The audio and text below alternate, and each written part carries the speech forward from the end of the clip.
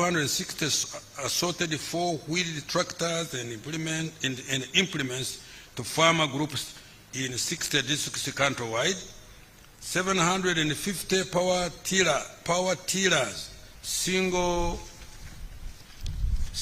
axle tractor and implements, and 2 pieces of dredging equipment for water hines and weed control, and trained 2,150 youth and women as operators, artisans, mechanics for tractors and implements. Madam Speaker, beginning this financial year, government introduced the large-scale commercial farmer interest-free credit facility of shillings 175 billion. This facility will help to increase production and productivity for improved food security and export. The loan facility can be accessed through government-owned banks, namely Post Bank, Housing Finance Bank, and Pride Bank Limited. Agricultural value addition and marketing.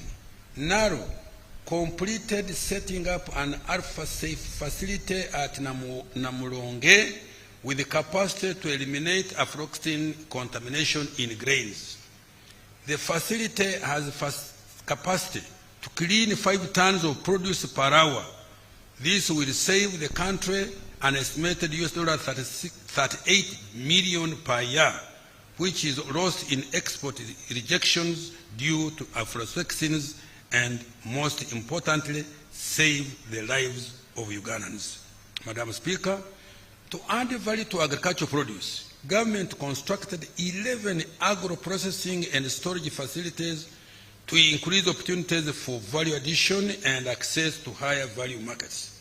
These include Rwimi Rice Processing Facility in Bunyangabu, Kasina Maize Processing Facility in Kenjojo, Kigoyera Maize Processing Facility in Kenjojo, Itojo Maize and Rice Processing Facility in Ntoroko, Nombe Coffee Processing Facility in Ntoroko, Apara Oil Seed Processing Facility in Alebetong,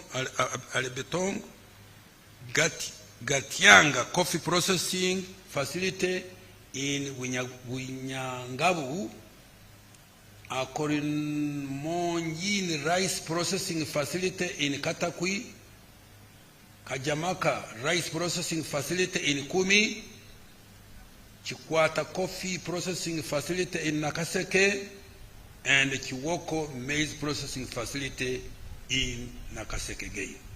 Madam Speaker, government is strengthening partnerships with the private sector through Uganda Development Corporation to support local value addition and manufacturing in a wide range of agricultural value chains. These investments include Soroto Fruit Factory, Budadiri Arabic Coffee, Mbale Growers Tea Factory, Mabale Growers Tea Factory, Kayonza Growers Tea Factory, Bukona Agro Processors, Atiaka Sugar Factory, and Yumbe Fruit Factory. Madam Speaker, as a part of the effort to increase access of Uganda's products to international markets, we dispatched the inaugural exports of coffee and milk to Serbia and Algeria, respectively. The milk exports to Algeria have potential to fetch Uganda export earnings worth $500 million. Madam Speaker, I have allocated a total of 1.86 trillion next financial year towards deepening agro-industrialization. These funds will support investments in 1, agricultural research, 2, agricultural inputs including fertilizers, 3, water for irrigation, 4, extension services, 5, agro-processing and value addition, 6, post-harvest handling and storage facilities, 7, inspection, surveillance, certification, enforcement of quality standards, and market access. Now we turn to tourism development. Madam Speaker, Uganda's tourism sector continued to recover, with the tourist arrivals increasing by 7.7% to 1,000,037 in 2024 from 1.27 million in 2023. Similarly, tourism earnings grew by 26% to $1.28 billion in 2024, up from $1.02 billion in 2023.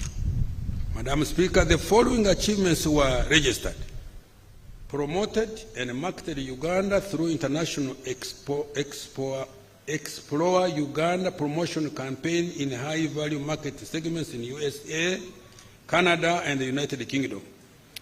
As a result, the year-on-year growth of interest in Uganda by tourists is 33% for the United Kingdom, 19% for Canada, 5% for the USA.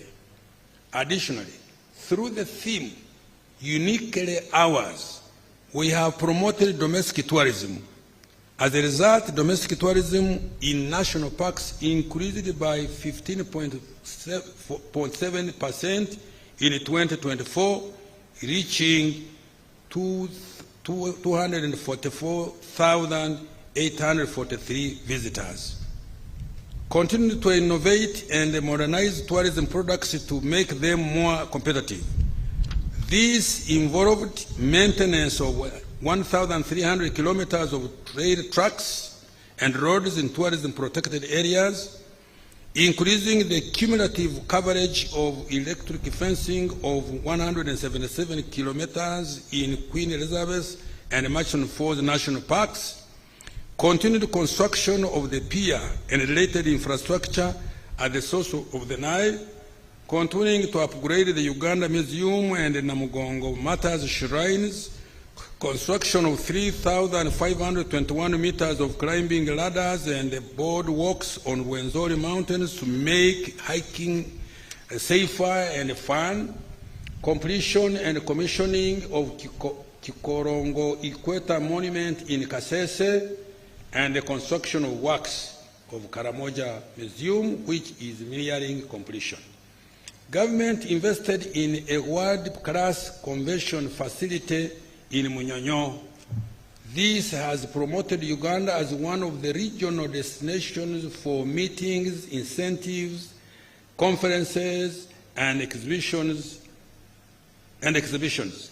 Consequently, Uganda now ranks 7th in Africa in MICE tourism. Madam Speaker, I have allocated shillings 430 billion towards direct investment in tourism next financial year.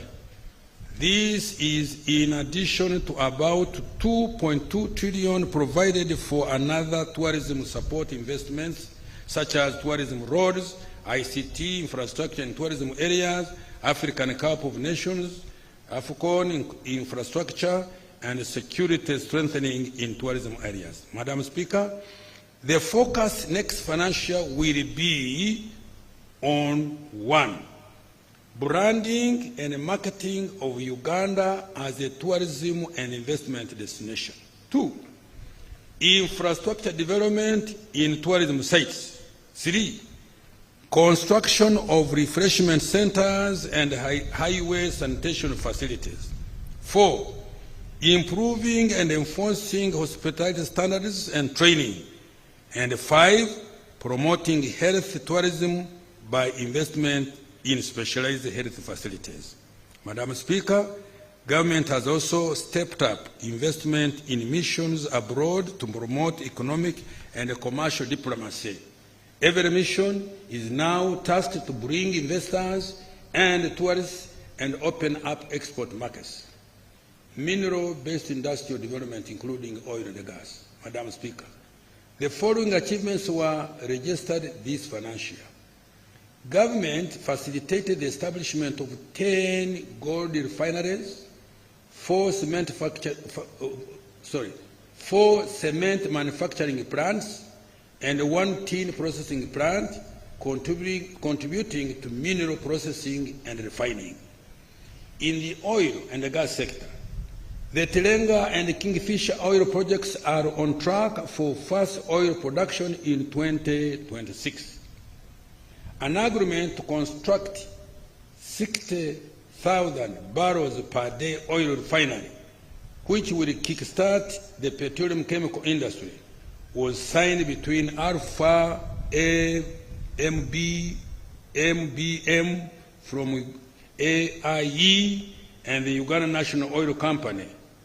Once operations start, the oil and the gas sector will contribute between $1 and 2.5 billion annually to the country's revenues.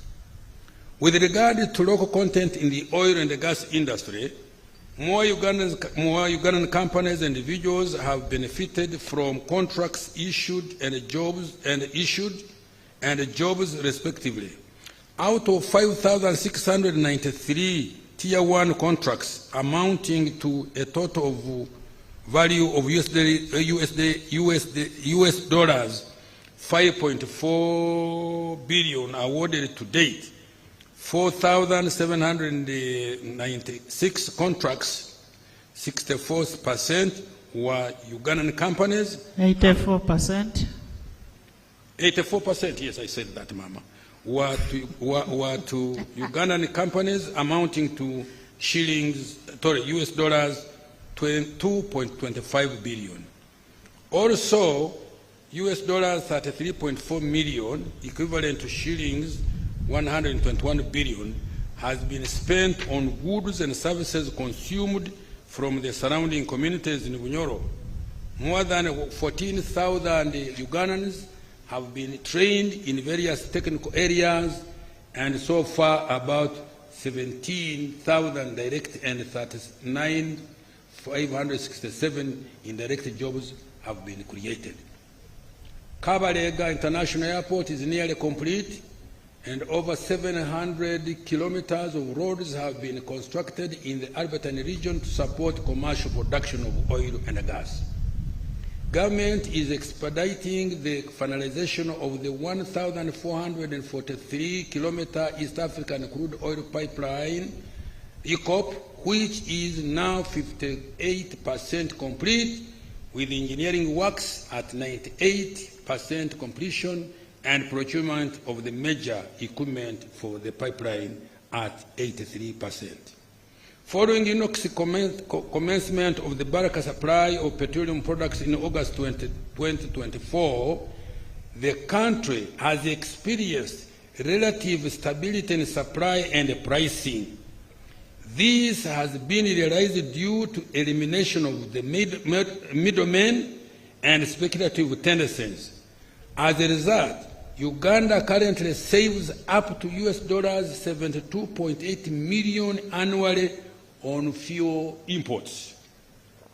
Madam Speaker, I have provided 875.8 billion next financial year for mineral-based industrial development, including oil and gas, for 1, continued qualification of mineral resources, starting with iron ore, gold, and copper, and strengthening their tracking system. 2, capitalization of the Uganda National Mining Company. 3, establishing mineral markets and buying centers to enable transparent mineral trading. 4, East African crude oil pipeline. And 5, prioritizing of the construction of the oil refinery and refined products pipeline, among others. Science, technology, and innovation, including ICT and creative industry. Madam Speaker, STI, including ICT and creative arts, provide an important avenue for the country to develop high-tech exports and add new sources of growth and jobs. Madam Speaker, this financial year, the following milestones have been achieved in the development of knowledge economy. 1, completed and operationalized the Kira vehicle plant in Jinja. The plant has an annual capacity of 2,500 vehicles. So far, 41 buses have been produced, out of which 29 are electric. The electric buses produced can run up to 500 kilometers when fully charged. The plant has signed a letter of intent to supply more than 3,700 electric buses to West Africa. The plant has signed a letter of intent to supply more than 3,700 electric buses to West Africa.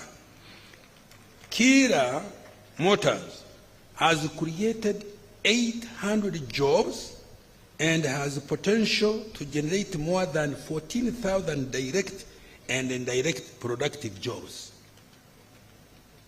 Invested in vaccine development and commercialization, as well as innovation in therapeutics, diagnostics, and other healthcare tools. Government has cumulatively invested total of shilling 274 billion in the by former manufacturing facility located at Matuga in Wakiso district. The facility is now licensed by the National Drug Authority and has started manufacturing generic drugs such as tablets, capsules, powders, non-antibiotic drugs, and antifungal drugs, among others. Madam Speaker, government is making progress in development of vaccines for the Crimean Congo, hemorrhagic fever, and Rift Valley virus. We also completed accreditation of the Alphasan vaccine manufacturing facility to produce anti-tick vaccines. Scientists at Makerere University developed a PCR kit which has been used to conduct more than 2 million tests at 50% of the cost of imported alternatives, saving the country US dollars 37 million. Guru University developed highly effective rapid testing kits for crop diseases for cassava and sweet potatoes. Madam Speaker, government has invested in a coffee factory in Ntungam to fast-track local value addition to coffee. The factory will have 3 processing lines for roastery, freeze, dry, and spray dry technology to produce instant roast and ground coffee, respectively. The roastery line has started production and other processing lines are at 50% installation. The banana value addition facility in Bushenyi has started production. Oh, Katonda yebazibwe. The plant is producing several value-added products like banana flour used in bread, cakes, biscuits, and baby food. The plant is increasing automation and capacity to 140 metric tons from 14 metric tons. It has started penetrating the local and international markets with orders from South Korea, the Middle East, South Africa, Italy, and USA. Madam Speaker, with regard to ICT, government has continued to expand internet connectivity and digital infrastructure across the country. The geographical coverage of broadband internet connectivity stands at 72% of the country, covering 4,387 kilometers. Government has increased the digitization of service delivery to improve efficiency, promote transparency, and reduce bureaucracy. Madam Speaker, a total of 36 electronic services have been developed and rolled out. Some of these include online business registration system, electronic government procurement, and the online passport, visa, national ID, and driving license application system. The Uganda driver licensing system which was introduced in 2021, has reduced the turnaround time for processing driving licenses to 45 minutes in Kampala and 48 hours in up-country stations from a period of 1 month. To support business process sourcing, government has licensed over 50 companies that have created over 10,000 jobs, mainly for the youth that provide online services internationally. Madam Speaker, with regard to the creative arts, government provided 10 billion to the creative arts industry. This was to support the artists to recover from the effects of COVID-19 and create a revolving fund to support younger talents to create wealth and jobs. Madam Speaker, I have provided shillings 835.98 billion for science, technology, and innovation, including ICT and the creative arts industry. Of this amount, 388.23 billion is for STI, shillings 381.75 billion is for ICT and digitalization, and shillings 66 billion for the creative arts. Madam Speaker, these funds will be utilized for 1, establishing a high-tech city to support development of technologies and innovations. 2, taking STI products to the market, especially Kira motor vehicles, coffee, day-by farmer, drugs, vaccines, and banana products. Additional investment in R&D and innovation, increasing coverage, reliability, and affordability of Internet, enhancing digitization of government services and e-commerce, PPO for job creation, acquiring a home for creative artists for their production and innovation, fast-tracking the Copyright and Neighboring Rights Act to protect intellectual property and artistic works, and finally, further capitalization of the revolving fund for arts with an additional shillings 18 billion, bringing it to a total of shillings 23 billion. Now, infrastructure development. Madam Speaker, this priority area includes both transport and energy infrastructure. During this financial 24-25, some of the following achievements were realized.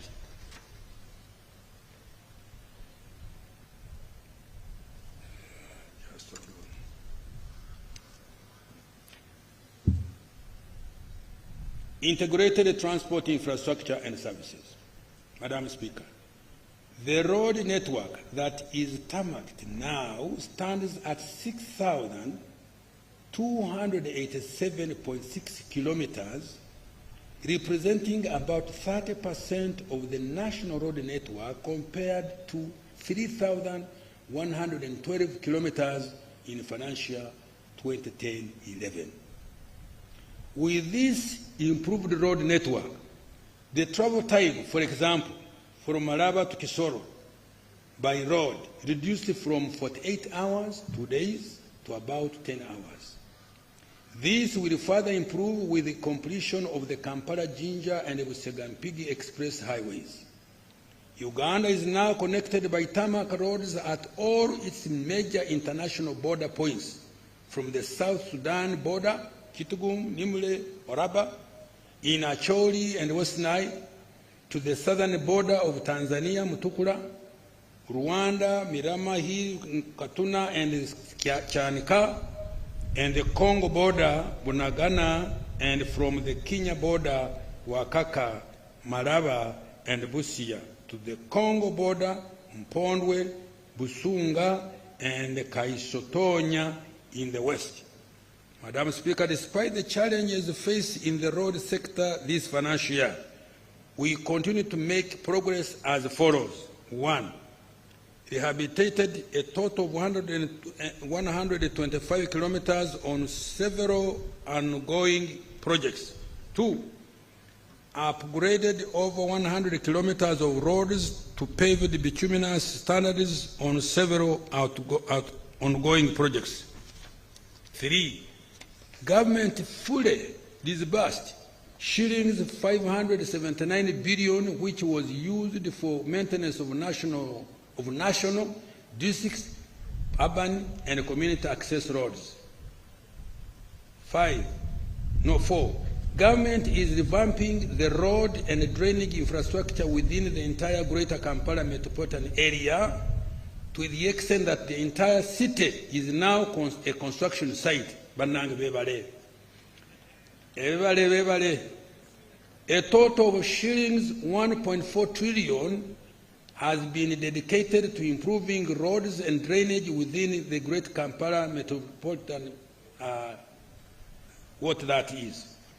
To deal with the traffic congestion arising out of gridlock generated by roundabouts, all major junctions are being improved and signaled with traffic lights. The Kampala flyover and road upgrading project has been completed. Construction of 10 bridges is ongoing at an average of 74.7% progress. Madam Speaker, next financial year, government has significantly increased the budget for road infrastructure development. I have allocated an additional 790 billion, bringing the total budget for roads to 4.28 trillion. The following will be prioritized next financial year.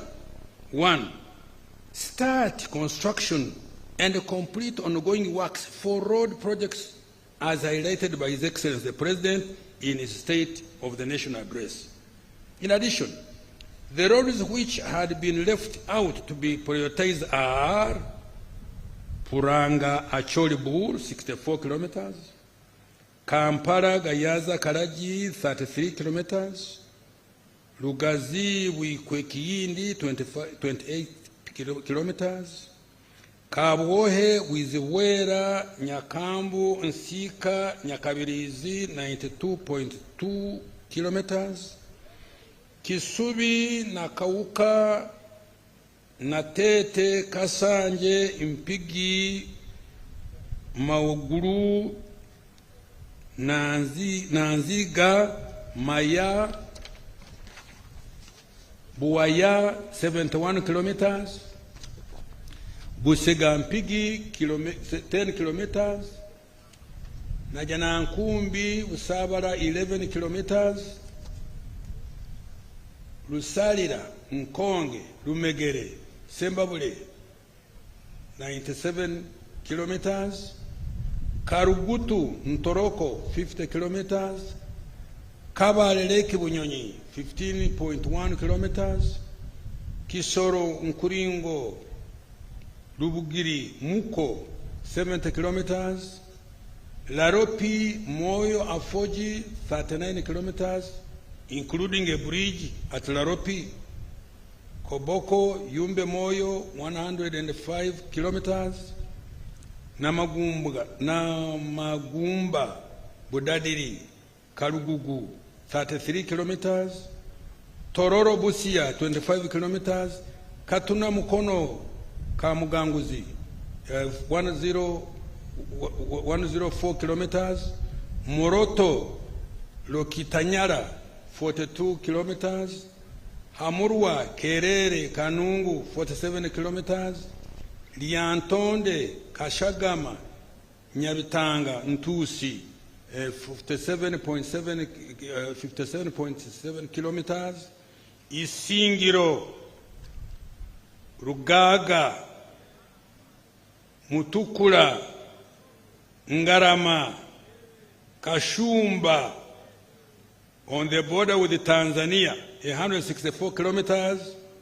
I hope my friends who are talking to me yesterday, I have satisfied you. Masindi Bridge and Karuma Bridge Start construction and complete ongoing works for bridges as highlighted by His Excellency the President in his State of the Nation Address. 3. Commence implementation of the Kampala-Jinja Express Highway through public-private partnership framework. And 4. Prioritize maintenance of the core national road transport network and DUCA. Railway transport, Madam Speaker, in November 2024, His Excellency the President launched construction of 272-kilometer standard gauge railway from Malaba to Kampala. The SGR is a strategic investment for our country. It will cut cargo transport costs by half from the current US$ 120 per ton, and reduce transit time from Mombasa to Kampala from 7 days to 1 day, turning Uganda into a land-linked country as opposed to being landlocked. These initial works, the initial works for construction of the standard gauge railway have started. Madam Speaker, government has completed the refurbishment and commissioning of the Mukono-Kampala meter gauge railway line. In addition, rehabilitation of the 375 kilometers of the Tororo to Gulu meter gauge railway will be completed by February 2026. Madam Speaker, next financial year, priority intervention will include completing the rehabilitation of Tororo-Gulu meter gauge railway line, refurbishment of the Mukono-Jinja meter gauge railway line, and construction of the standard gauge railway from Kampala to Malaba. Now, water transport. Madam Speaker, government has constructed and maintained a number of ferries providing essential services to connect isolated communities and facilitate access to markets. Government will continue to operate and maintain these ferries next financial year, in addition to continued development of Kasa Port, completing construction of 2 ferries for Bukungu, Kaberamaido, Kagwara, and the 2 ferries for Lake Bunyonyi. Air transport, Madam Speaker, since the revival of Uganda Airlines 5 years ago, by His Excellency the President, connectivity has improved within the continent, the Middle East, Asia, and the United Kingdom. The airline is now flying to 17 direct destinations, which has contributed to reduce travel time at more affordable costs. Madam Speaker, the competition brought about by the airline has forced other regional airlines to reduce the cost of their air tickets. For example, a return air ticket to Nairobi has stabilized at about $300 compared to $800 in 2019. Madam Speaker, the airline is supporting trade and tourism in addition to business air travel. The national airline is now the largest operator and has 24% market share of all air travel out of Entebbe Airport, up from 4% in 2019. Its revenue has increased to shillings 319 billion in financial 23-24 from 28 billion only in 1920. Madam Speaker, with the increased capitalization and acquisition of additional aircrafts, the airline will increase efficiency, and travelers to and from Uganda will enjoy direct and cheaper travel to more international destinations. Madam Speaker, the upgrade, rehabilitation, and expansion of Entebbe International Airport is nearly complete. The expanded airport has a new cargo facility and a new passenger terminal, among others. This is going to further improve the passenger experience and the trade and tourism. Madam Speaker, next financial year 2025-26, priority intervention will include: 1, additional capitalization of Uganda Airlines to acquire more aircrafts, to open up more routes for passenger and cargo transportation, handling capacity. 2, operationalization of Kabalega International Airport. 3, rehabilitation and upgrade of the existing strategic airports and aerodromes. Madam Speaker, I have provided 6.92 trillion next financial year 25-26 for integrated transport and infrastructure service, including roads, bridges, railways, water transport, and air transport.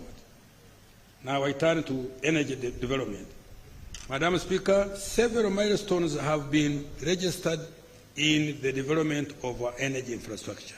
These include installed electricity generation capacity has now reached 2,051.6 megawatts.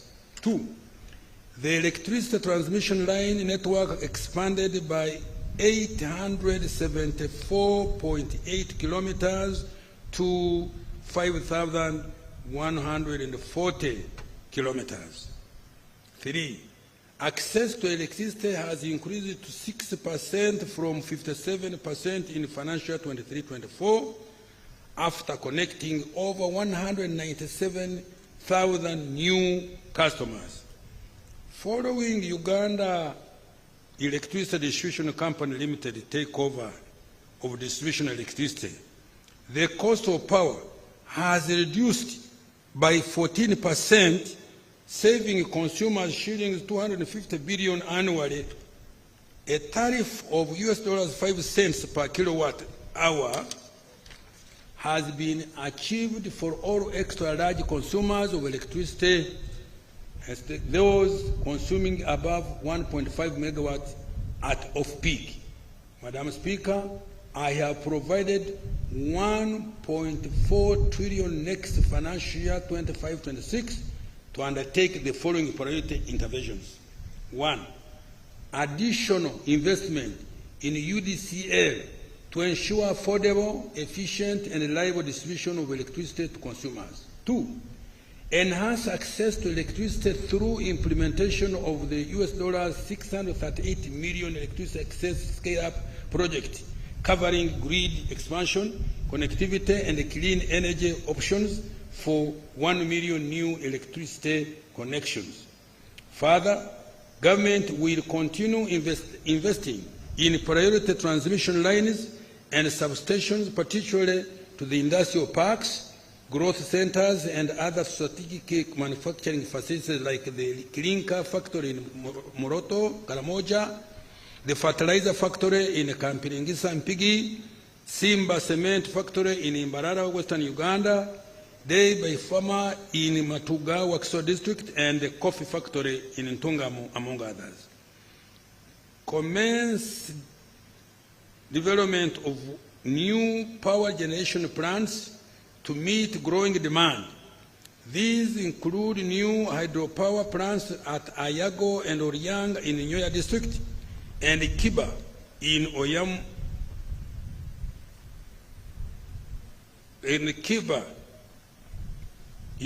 Oyama district, the development of the nuclear power in Wiyene district, and the rehabilitation of Kira Naruwari power plant. Industrial development and manufacturing. Madam Speaker, with regard to industrial development and manufacturing, the following achievements have been registered. Government has operationalized 8 industrial parks, which include Namamve, Luzira, Bweyogerere, Mbale, Soroti, Kasese, Mbarara, and Jinja industrial parks. We have also supported the development of 3 private-owned industrial parks, which are Liorishen in Kapeka, in Nakaseke district, MMP in Wikwe district, and Tiantang in Mukono. To date, a total of 628 companies, industries, have been allotted land within the various industrial parks, 47% of which are in manufacturing. Out of all the companies allocated land, 307 are fully operational, 105 are undertaking construction, and 122 have commenced preparatory activities. The parks have attracted a total capital investment of US dollars 4.5 billion and created 181,403 jobs. Madam Speaker, several industrial parks have become centers of innovation, hosting firms that have introduced new technologies and products, such as a single HIV pill, Quality Chemicals Limited, GIS Transformers, Orion Electricals, Plastic to Fabric Recycling, Fay Long Investment Limited, locally manufactured electric vehicles, Kira Motors, the first powder-free surgical gloves, East African Medical Vitals, and import substitution products like fridges, transformers, toiletries, textiles, ceramics, television, and blankets. Government has supported industrialization by investing in strategic manufacturing facilities through Uganda Development Corporation with a total investment of 1.2 trillion. Madam Speaker, next financial year, I have provided 308.9 billion to further support infrastructure development in industrial parks, including roads, waste management, drainage, utilities, and shillings 187 billion for capitalization of UDC. Security, good governance, and the rule of law. Madam Speaker, security, good governance, and the rule of law are the foundation for socio-economic transformation. Everybody knows that. During this financial year, the following achievements were registered. 1, strengthened and modernized the security infrastructure to protect Ugandans, investors, and our visitors from any security threats. We have invested in security apparatus, more sophisticated intelligence network, and border control mechanism. 2, provided adequate funds to security institutions, including the military, police, prison, and intelligence agencies, for operations and improving capacity and welfare of men and women in uniform. 3, promoted regional and international relations, including playing a strategic role in the peace process in Somalia, South Sudan, the DRC, and Equatorial Guinea. Registered a 4.1% decrease in the volume of crime from 274 cases reported in 2023 to 218,715 cases in 2024, and a subsequent decline in crime rate from 516 to 476 per 1,000 persons. Commenced mass enrollment of Ugandans on 17th May 2025 to acquire national identity cards with a target of registering 17.2 million unregistered persons and renewing 15.8 million expired cards. Apart from securing elections and aiding our national security, the national ID has contributed to improve the efficiency in accessing public services, broadened financial inclusion, easily travel within the East African community, and stamped out fraud arising from identification. Improved efficiency in the delivery of citizenship and immigration control services. The average turnaround time for processing of honorary passports has reduced to 4 from 14 days. Government has started to roll out the intelligent transport monitoring system to improve security. To date, 26,818 vehicles and 62,512 motorcycles have been registered. In addition, government has invested in security cameras to improve tracking of crime in Greater Kampala metropolitan area on major highways. Sorry. Government has also started implementing regulations for speed limits using the express penalty system to reduce fatalities on roads. This is the way to go. If there is any problem with the rates, they will be reviewed and the penalty will stay to save the lives of Ugandans. Uganda prisons is transforming from a consumptive to a productive force. This has contributed to food security and reduced the budget required to look after inmates. In addition, the prison service contributed to growth of local textile industry through increased production of cotton. This financial year, the service produced 1,070 metric tons of maize seed, 485 kilograms of cotton to the local textile industries, and 12,290 metric tons of grain to contribute to prisoners' feeding requirements. Government was effectively represented in courts, tribunals, and commissions. Out of 393 cases concluded, government won 285, which is 72.5%, and saved shillings 548 billion that would have otherwise been paid as costs. Government implemented the NRA manifesto commitment on cattle compensation in the Acholi, Rango, and Teso sub-regions. Since financial year 2021-22, a total of shillings 142.9 billion has been paid to 53,592 claimants. I have provided shillings 80 billion next financial year to pay the remaining claimants.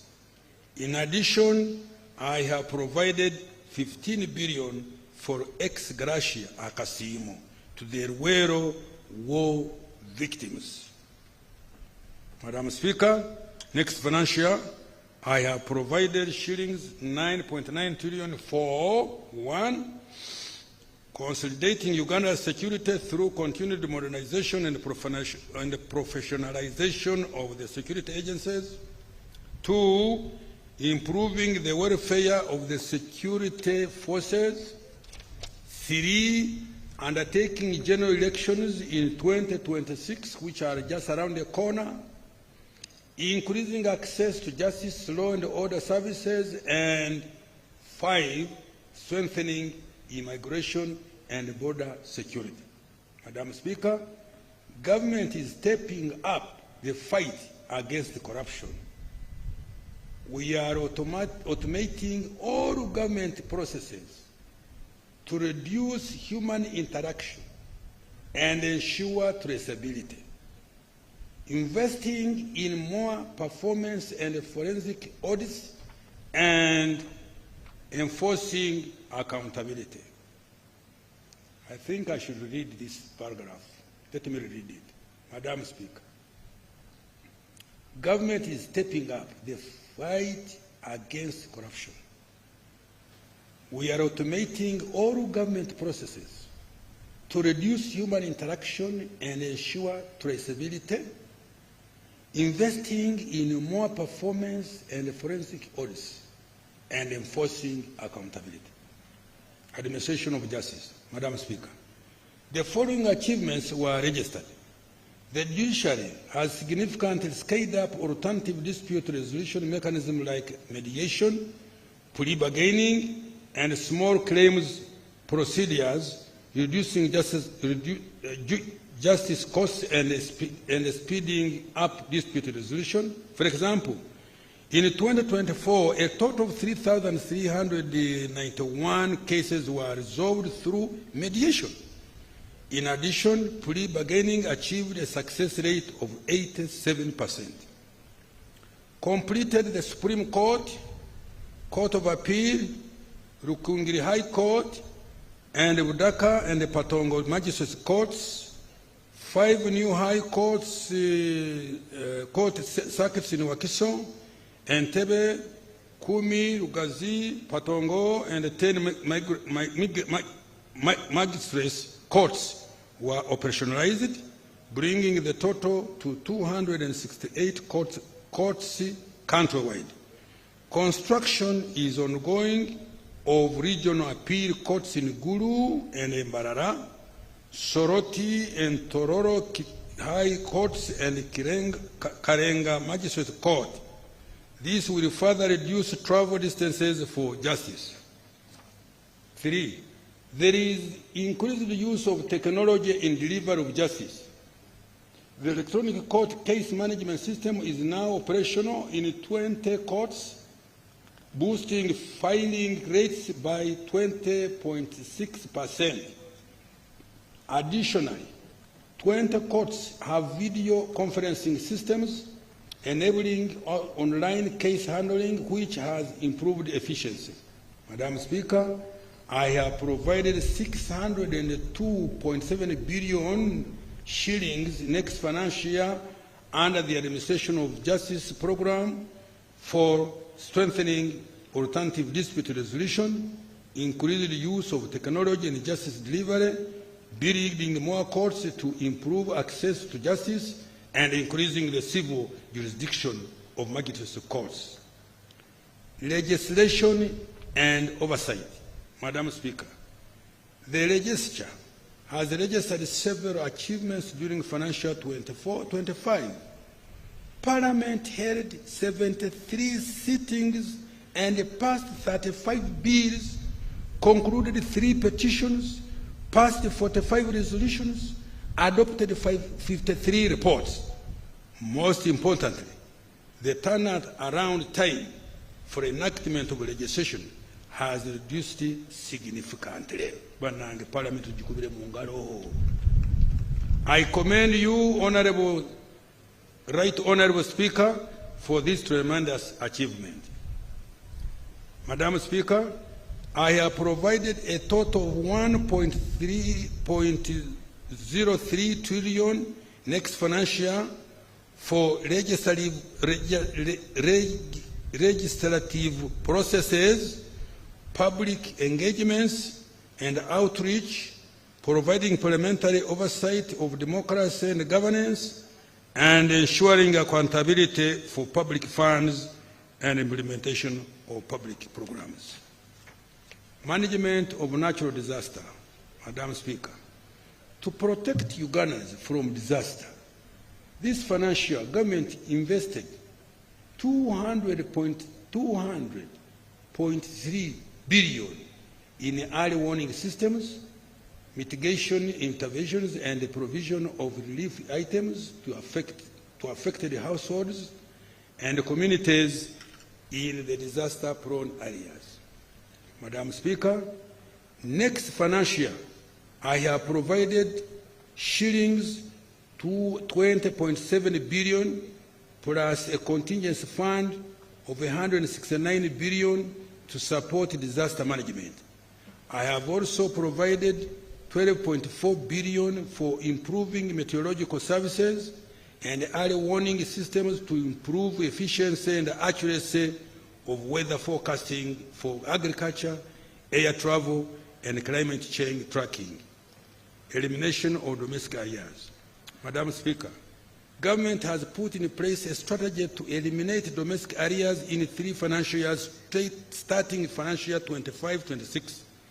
Payment of domestic arrears will prioritize suppliers of goods and services contractors and compensations for land and to war claimants. Madam Speaker, I have increased the allocation for domestic arrears to shillings 1.4 trillion from 200 billion provided this financial year. To prevent accumulation of new arrears starting next financial year, my ministry shall implement the following measures, and they are not easy measures. 1. Enforcement of the commitment control system. 2. Sanctioning accounting officers responsible for creation of any arrears. 3. Providing and ring-fencing adequate counterpart funding for multi-year projects. I am about to close. Financing the budget for the financial year. Resource envelope. Madam Speaker, the total resource envelope for financial year 25-26 amounts to 72,481,502,103 shillings. This is detailed as follows. Domestic revenue amounting to shilling 37.55 trillion, of which 33.7 is from 33.94 trillion will be tax revenue, shillings 3.28 trillion non-tax revenue, and shillings 328.6 billion local government revenue. Domestic borrowing, shillings 11.38 trillion, domestic financing maturing domestic debt 10.30 trillion, grants and external borrowing for general budget financing is 2.08 trillion, external financing for projects is 11.33 trillion, of which 2.8 trillion are grants. Expenditure allocations. Madam Speaker, the following resources have been allocated as follows. Wages and salaries, 8.57 trillion. Non-wage recurrent expenditure, shillings 28.33 trillion, which also includes operational funds for institutions, financing for all wealth creation funds, financing for science and technology investment, grants for education and health, medicines, maintenance of infrastructure, and interest payments, among others. 3. Development expenditure, 18.24 trillion. 4. Domestic debt for refinancing, shillings 10.03 trillion. 5. Debt amortization, 4.98 trillion. 6. Domestic debt repayment to Bank of Uganda, 493 billion. 7. Domestic arrears, 1.4 trillion. 8. Local government expenditure from own revenue, shillings 328.6 billion. Madam Speaker, I have attached the details of the resource envelope and expenditure allocations by vote for financial year 25-26 as annexes 2 and 3. The financing strategy for financial year 25-26, Madam Speaker, below is the financing strategy for next financial year. 1. Improving tax administration to raise an additional shillings 1.89 trillion. 2. Introduction of new tax measures to increase domestic revenue by shillings 538.6 billion. 3. Rationalizing tax exemptions to eliminate inefficient ones that do not support industrial policy. 4. repurposing resources in the budget for financial 24-25 from less productive to high impact areas in line with the 10-fold growth strategy. 5. Mobilizing more concessional financing from international financing institutions such as the World Bank, IMF, African Development Bank, Islamic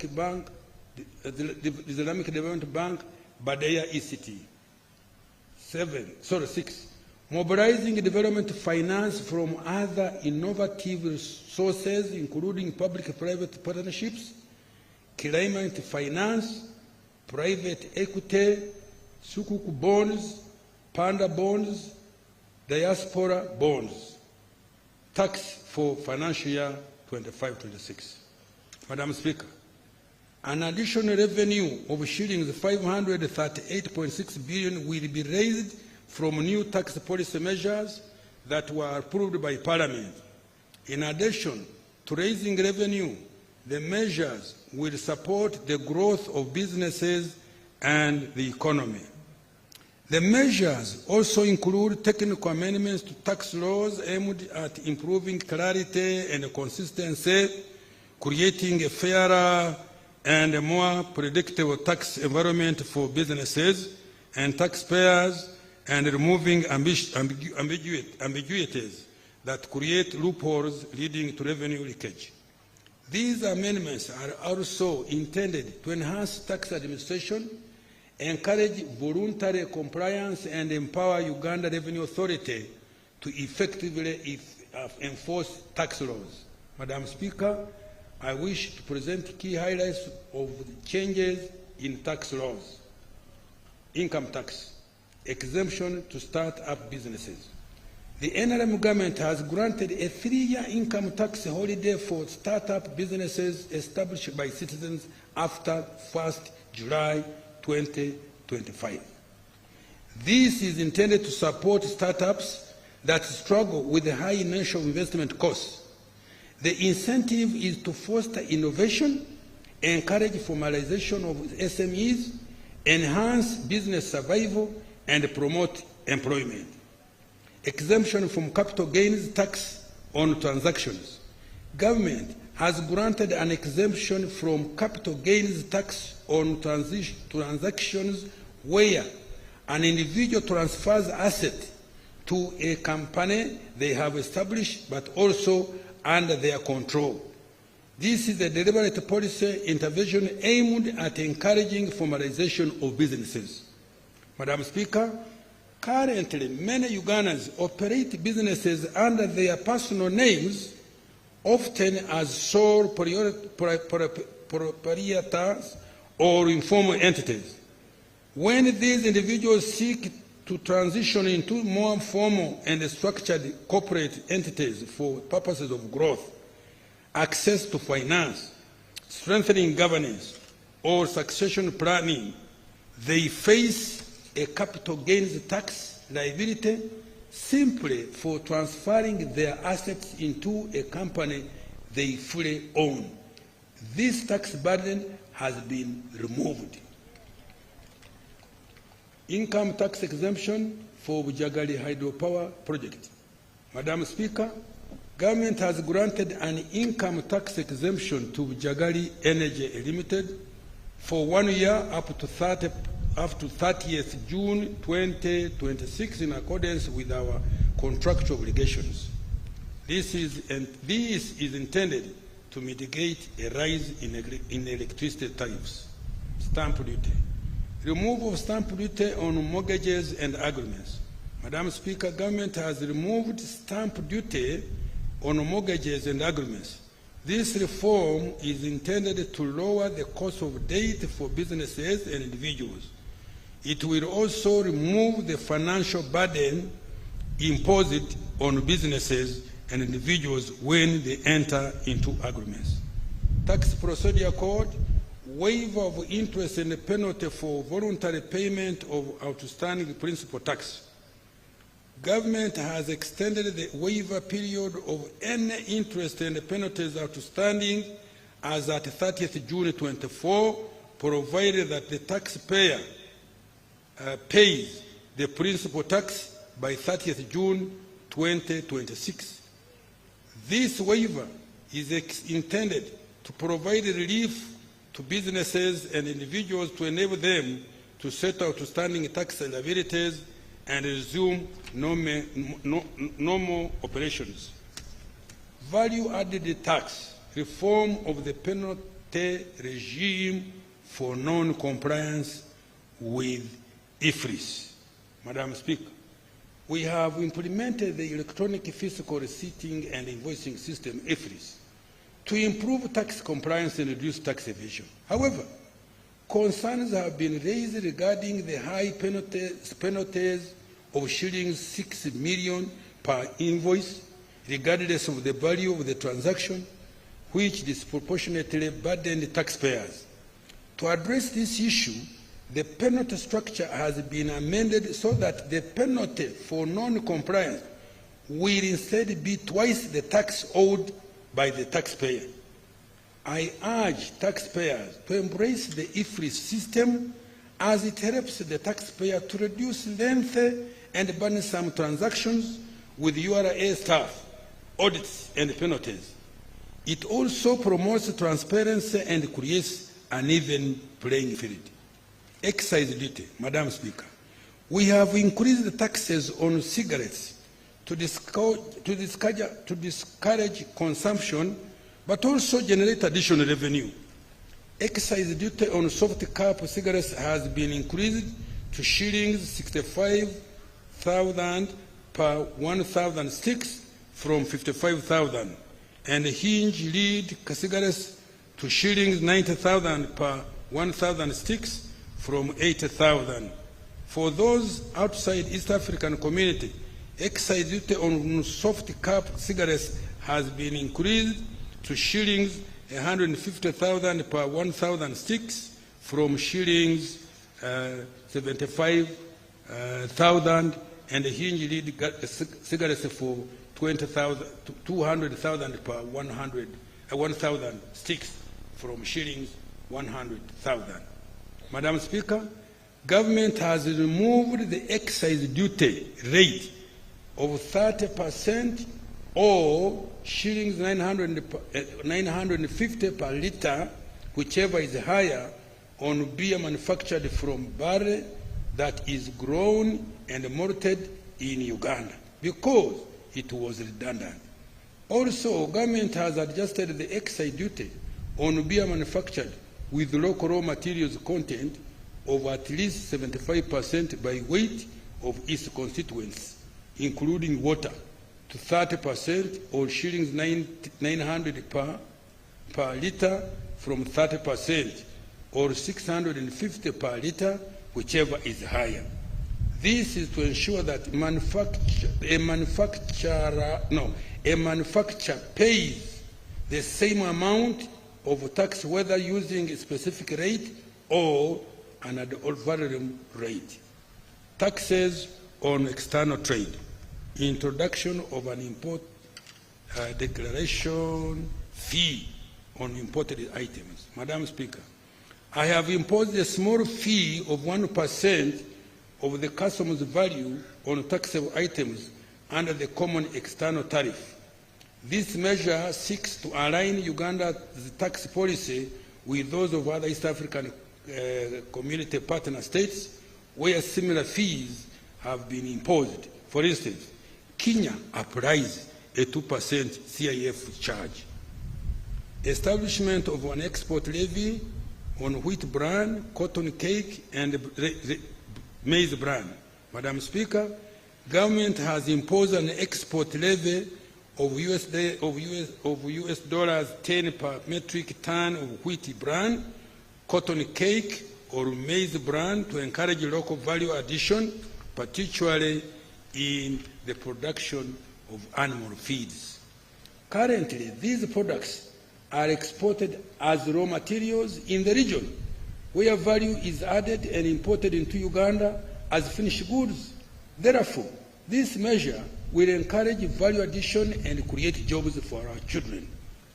Taxes and on textiles. Madam Speaker, the NRM government has listened to our traders dealing in imported taxes for value addition As they requested, the import duty on imported fabric has been reduced. Effective 1st July 2025, the duty will be $2 per kilogram or 35%, whichever is higher, down from $3 per kilogram or 35%, whichever is higher. In addition, the import duty on garments has been reduced to $2.5 per kilogram or 35%, whichever is higher, from $3.5 per kilogram or 35%, whichever is higher. Public debt.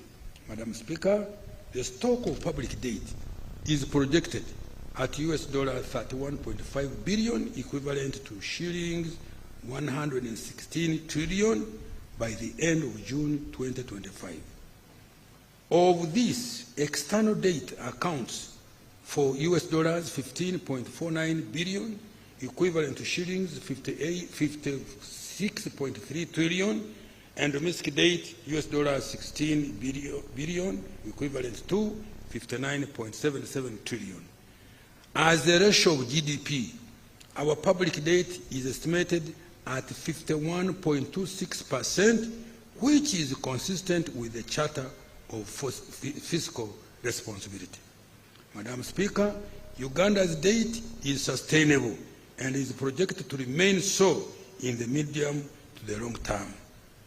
The debt has financed investments that support private sector growth by providing requisite infrastructure.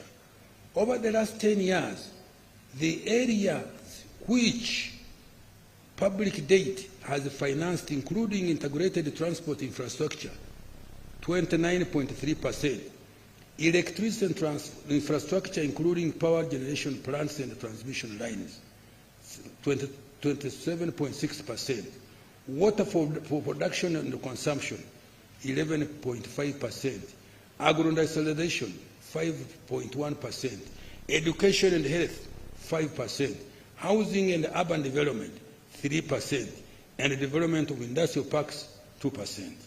To maintain public debt sustainability, government is implementing the following actions. 1, domestic revenue mobilization to increase revenue collection and reduce borrowing. 2, mobilization of more concessional financing from international financial institutions such as the World Bank, IMF, African Development Bank, Islamic Development Bank, BADEA, etc. 3, implementation of saving initiative, where Ugandans will invest in government securities using mobile money. Now, I want to conclude. Madam Speaker, I know I have tired you. Madam Speaker, in conclusion, Uganda's economy has taken off. Can I repeat? Madam Speaker, in conclusion, Uganda's economy has taken off. When I did this thing, people started. We know what we are doing, man. The economic fundamentals, GDP growth, price stability, currency stability, jobs, export, FDI receipts are in good shape and highly competitive regionally and globally. The economic fundamentals, GDP growth, price stability, currency stability, jobs, export, FDI receipts are in good shape and are highly competitive regionally and globally. We have met the criteria for graduation from the category of low development countries. Poverty and inequality have just hold on. We have met the criteria for graduation from category of low LDCs. Poverty and inequality have reduced. Listen to this. poverty and inequality have reduced significantly. Our deliberate onslaught on the subsistence economy has resulted in cutting the number of Ugandans working for only the stomach, kida kionka, to just 3 in every 10 homesteads. With our renewed commitment to fast-track full monetization of the economy and redirect resources towards agro-industrialization, tourism, mineral beneficiation, manufacturing, innovations by our scientists, and digital transformation, Uganda is indeed unstoppable. Unstoppable. Mwandibadde mukuba mu ngalo nammwe. Temumpadde maanyi.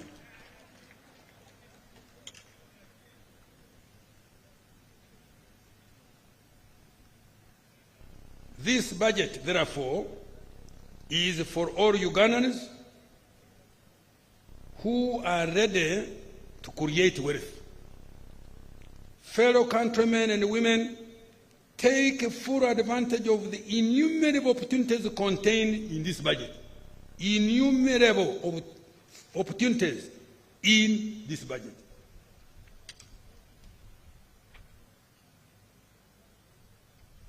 To those still in the subsistence economy, the PDM and other wealth creation funds have been availed to support you to join the money economy in any of the 4 sectors: commercial agriculture, industry, services, or ICT. To the private sector, the 10-fold growth strategy presents many opportunities. Demand for household services and consumables is going to increase exponentially in the next 15 years on account of rising household incomes.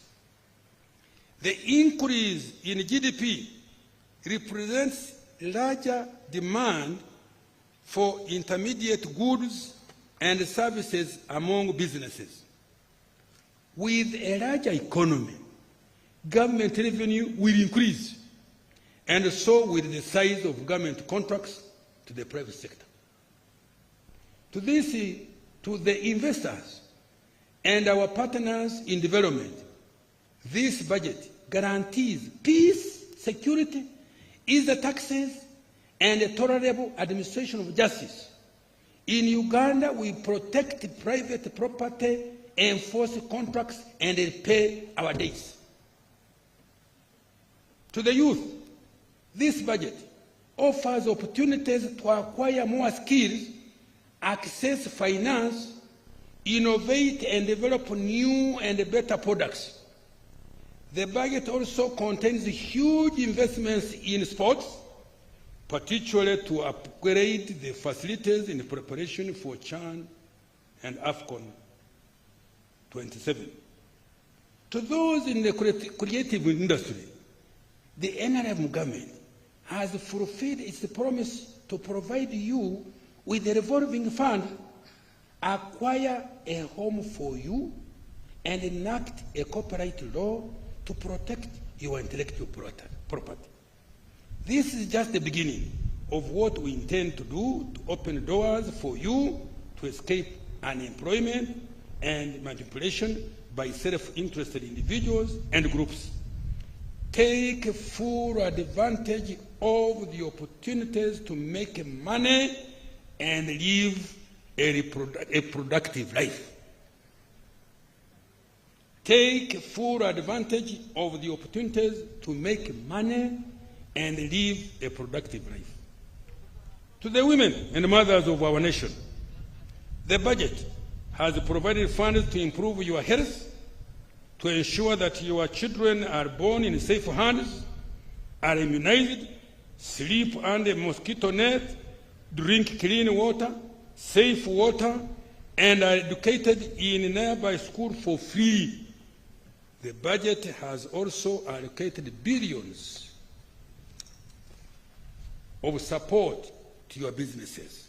However, small to graduate, let me repeat this. The increase in GDP represents a larger demand for intermediate goods and services among businesses. With a larger economy, government revenue will increase. Money is coming, and so with the size of government contracts to private sector. To the investor and our partners in development, this budget guarantees peace and security, ease the taxes, and the tolerable administration of justice. In Uganda, we protect private property, enforce contracts, and repay our debts. To the youth, this budget offers opportunities to acquire more skills, access finance, innovate and develop new and better products. The budget also contains huge investments in sports, particularly to upgrade the facilities in preparation for CHAN and AFCON 27. To those in the creative industry, the NRM government has fulfilled its promise to provide you with the revolving fund, acquire a home for you, and enact a corporate law to protect your intellectual property. This is just the beginning of what we intend to do to open doors for you to escape unemployment and manipulation by self-interested individuals and groups. Take full advantage of the opportunities to make money and live a productive life. Make money. To the women and mothers of this nation, the budget has provided funds to improve your health, to ensure that your children are born in safe hands, are immunized, sleep under a mosquito net, drink clean water, safe water, and are educated in a nearby school for free. The budget has also allocated billions to support your businesses, however small, to graduate into sustainable businesses. To the elderly, persons with a disability, and other vulnerable persons, wherever you are in this country, the budget offers several social safety nets, not only to shield you from poverty, but also to ensure that you can be productive and begin to live a decent life. To our cultural leaders, this budget has fulfilled His Excellency the President's promise of enhancing government support for your operations. For the religious leaders, the budget has provided funding to support functions of Interreligious Council. I now appeal to you to support mobilization of people for wealth creation and implementation of government programs. To the gallant men and women in uniform who are serving in ULPDF, in the Uganda police, in the Uganda prisons, and the intelligence services, this budget contains money to improve your welfare and capabilities. Continue to serve your country and keep it as safe as you have always done. Happy belated Heroes Day. I have adequately provided resources to ensure elections go on successfully by ensuring peace, security, law and order, and availability of all required equipment and documents. As we go about the electoral process, I implore all political actors to observe peaceful engagement and avoid distracting wealth creators.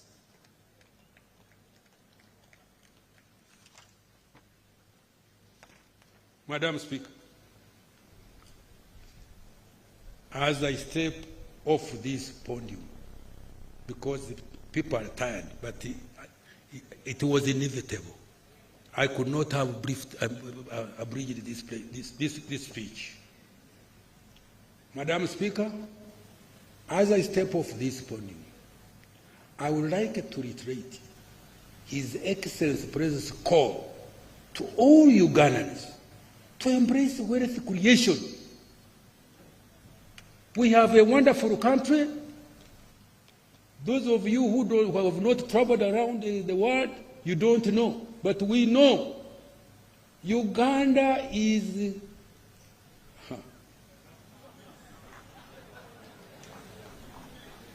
God, when he was creating Uganda, I don't know what our ancestors had done. I think they did very good things.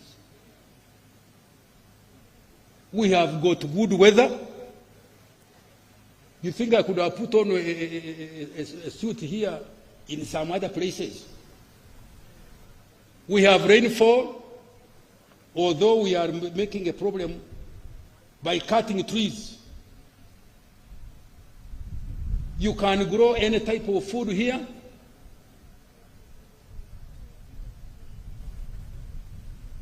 You can eat whatever you want to eat here in Uganda.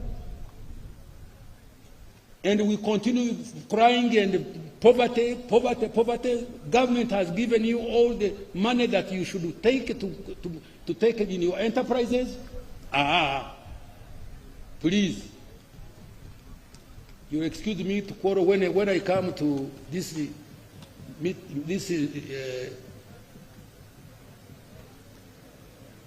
when I talk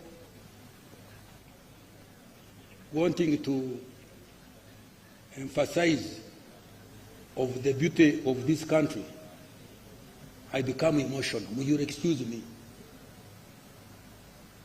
No wars. Systems are around. If you are somebody has done something wrong to you, the courts, the chief is here. Hey. And we want to live to 100 years. Have you heard? Me, I'm aiming with my president 100 years. Have you heard? I am 82 now. You can see.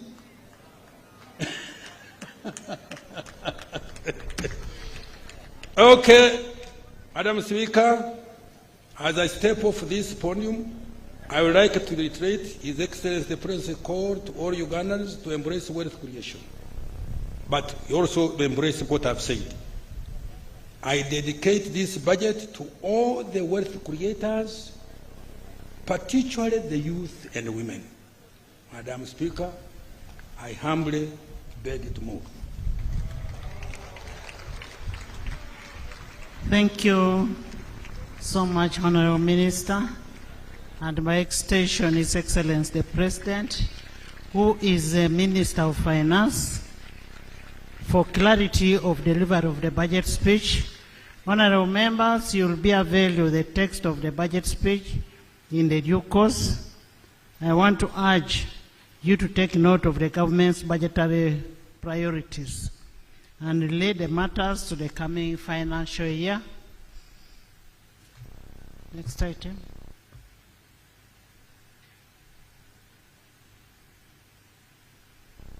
Next item. Remarks by His Excellency the President of the Republic of Uganda. Honorable members and distinguished guests, I now take the opportunity to invite His Excellency the President to make his remarks to crown the budget speech. And remember, our rules of procedure state that when the President is making a speech, it must be heard in silence. Your Excellency, you're most welcome, and kindly talk to the members of Parliament and by extension, the nation. Her Excellency the Vice President, the Right Honorable Speaker of Parliament, all the other leaders, honorable members of Parliament, ladies and gentlemen. The long speech of the Minister, I would want just to emphasize for you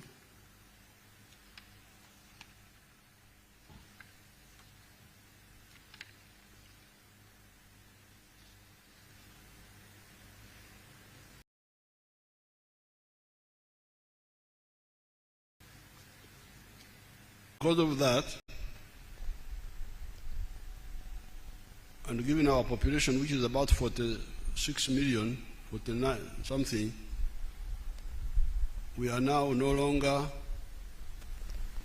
an LDC, the least developed countries. We are now a lower middle income country.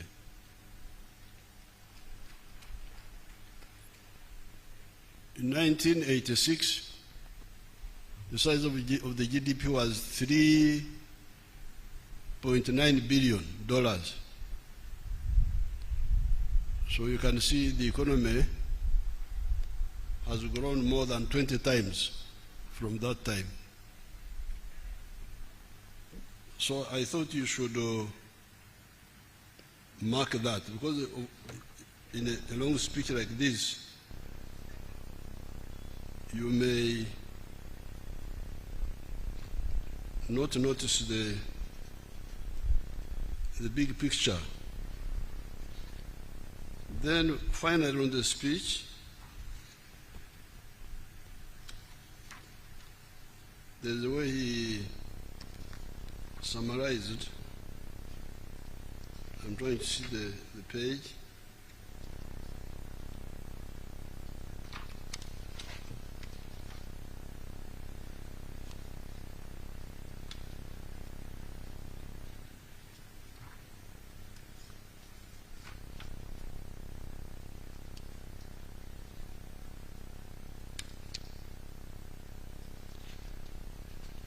This is paragraph 140 in his speech,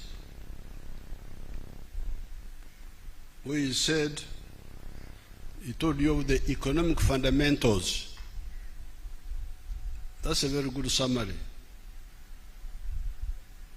And he said, Madam Speaker, in conclusion, Uganda's economy has taken off.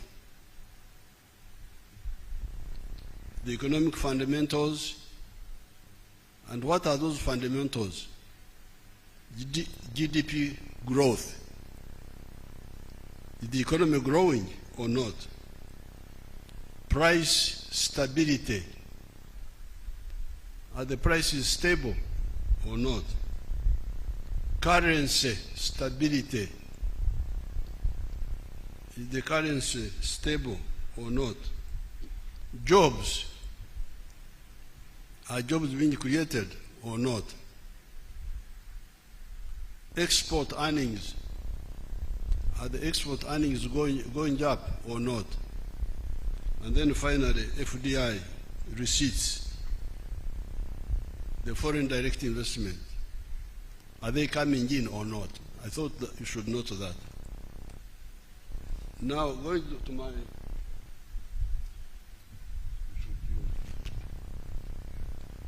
to my own speech, you remember last time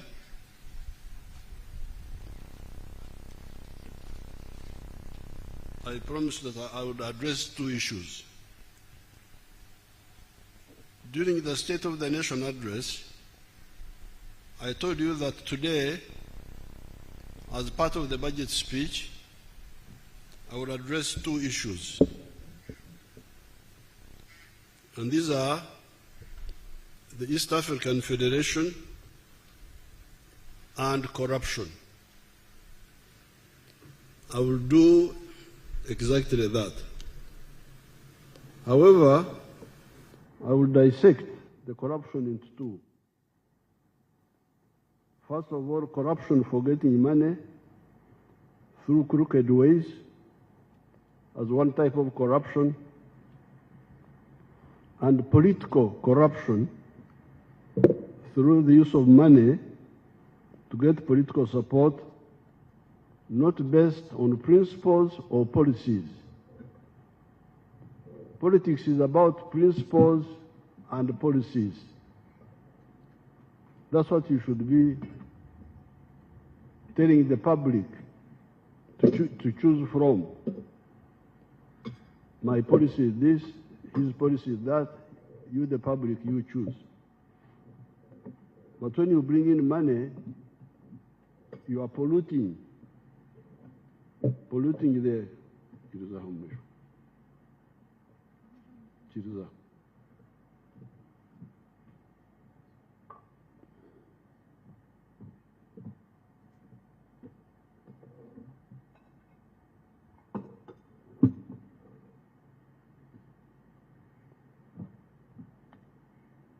Let me start with the more important question of the political federation of East Africa and possible other federations in other parts of Africa. This was a goal pursued by our ancestors, starting with the Pan-Africanist pioneers among the black people in the United States of America. These were W.B. Du Bois, George Pademore, Marcus Garvey, Sylvester Williams, and others. By the mid-1900s, new actors had come on the scene in the persons of Jomo Kenyatta, Kwame Nkrumah, Julius Nyerere, Sekou Toure of Guinea, Modibo Keita, and others.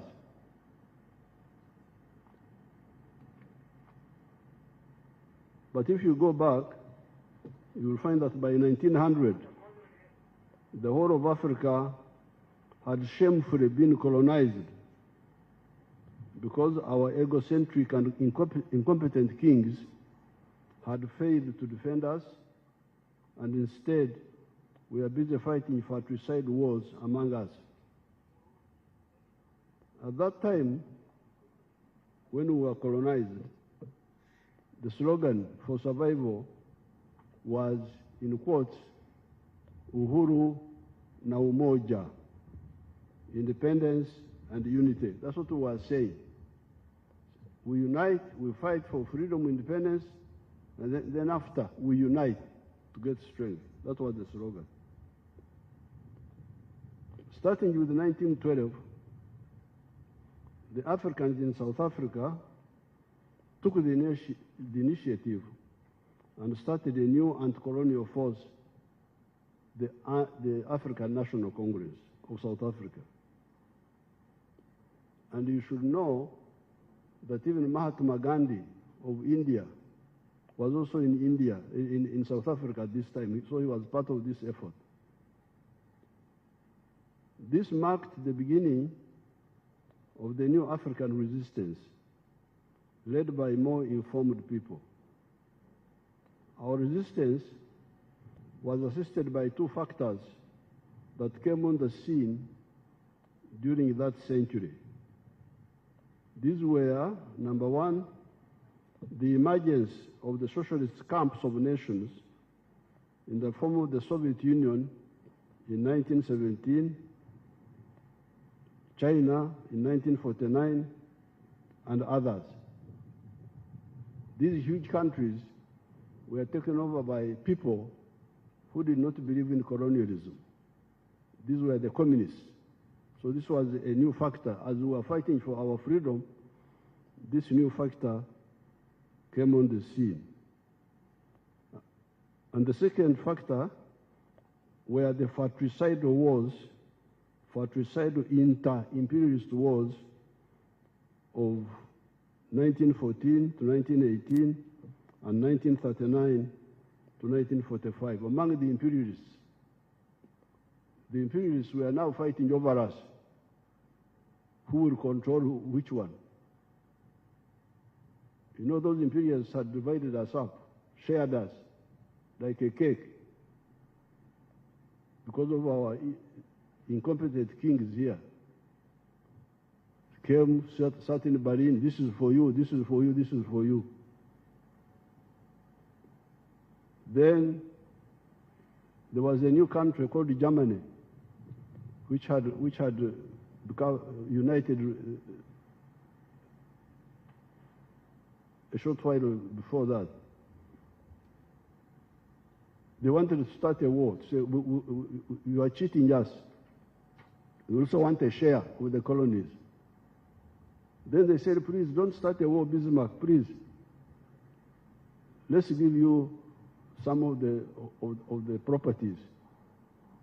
You take Tanganyika, Rwanda, Burundi, Namibia, Cameroon, and so on. But by the end of the century, Germany was saying, you have cheated me.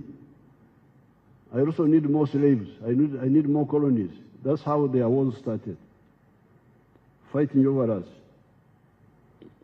These two factors, on the one hand, meant that the worldwide anti-colonial movement, including the African anti-colonial movement, could receive solidarity from those socialist countries.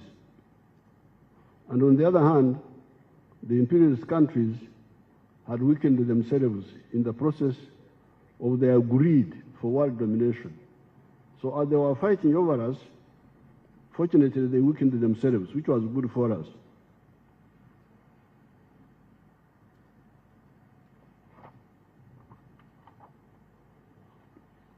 The worldwide anti-colonial movement, on account of these three factors, the three factors are our resistance, number one, number two, the emergence of the socialist countries which were supporting us, and number three, the mutual weakening of the imperialists among themselves. The worldwide anti-colonial movement, on account of these three factors, started scoring strategic victories with the independence of India in 1947, Indonesia in 1945, the defeat of the Kuomintang traitors in China, 1949, etc. Amazingly, the imperialists tried in many cases to maintain colonial control even after these catastrophes. The French tried to recognize Indochina, Vietnam, Cambodia, and Laos until the Vietnamese defeated them at Dien Bien Phu in 1954. The French were defeated in Algeria. The British faced the Mau Mau armed resistance in Kenya and mass resistance throughout the whole of Africa. Here in Uganda, Ignatius Kangabe Musazi led the mass resistance movement. I don't hear you, the political actors who are always on the radio, I don't hear you talking about I.K. Musazi, talking about nothing most of the time. Musazi played a very big role in our struggle. On account of this resistance, but this is also the weakness of the NRM Secretariat. They should do more sensitization. On account of these resistance efforts, by 1963, 36 African countries had achieved independence, Uhuru, so we had achieved Uhuru. It is these countries that founded the Organization of African Unity at Addis Ababa.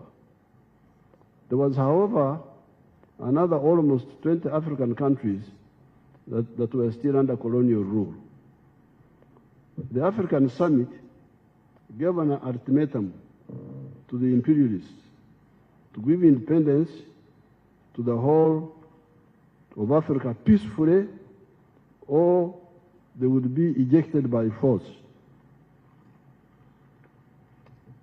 People don't know this history. They just run around, but if you don't know this, you can make a lot of mistakes. So the OAU meeting in 1963 gave an ultimatum to the imperialists, said, get out of the whole of Africa peacefully, or we shall throw you out by force. The imperialists thought it was a mere hot air.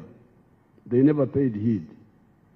However, the Africans were serious and able to defeat the imperialists by force. Indeed, by 1974, Samora Machel had defeated the Portuguese army of 70,000 in Mozambique. Amílcar Cabral and his colleagues had defeated the Portuguese army in Guinea-Bissau. Agostinho Neto had defeated the Portuguese army in Angola. By 1980, Robert Mugabe and Zanla, their army, had defeated Ian Smith in Zimbabwe. 1990, Namibia got independence, and in 1994, the African majority defeated the white racists in South Africa. 5 centuries of Africa's shame of the slave trade and colonialism should have ended then. This is where we need to really examine ourselves, because we achieved victory both by peaceful method and by war. So what happened? What happened? When you hear people on the radio talking, just talk, empty talk. What happened? Why did we people? This is not fiction. It is history.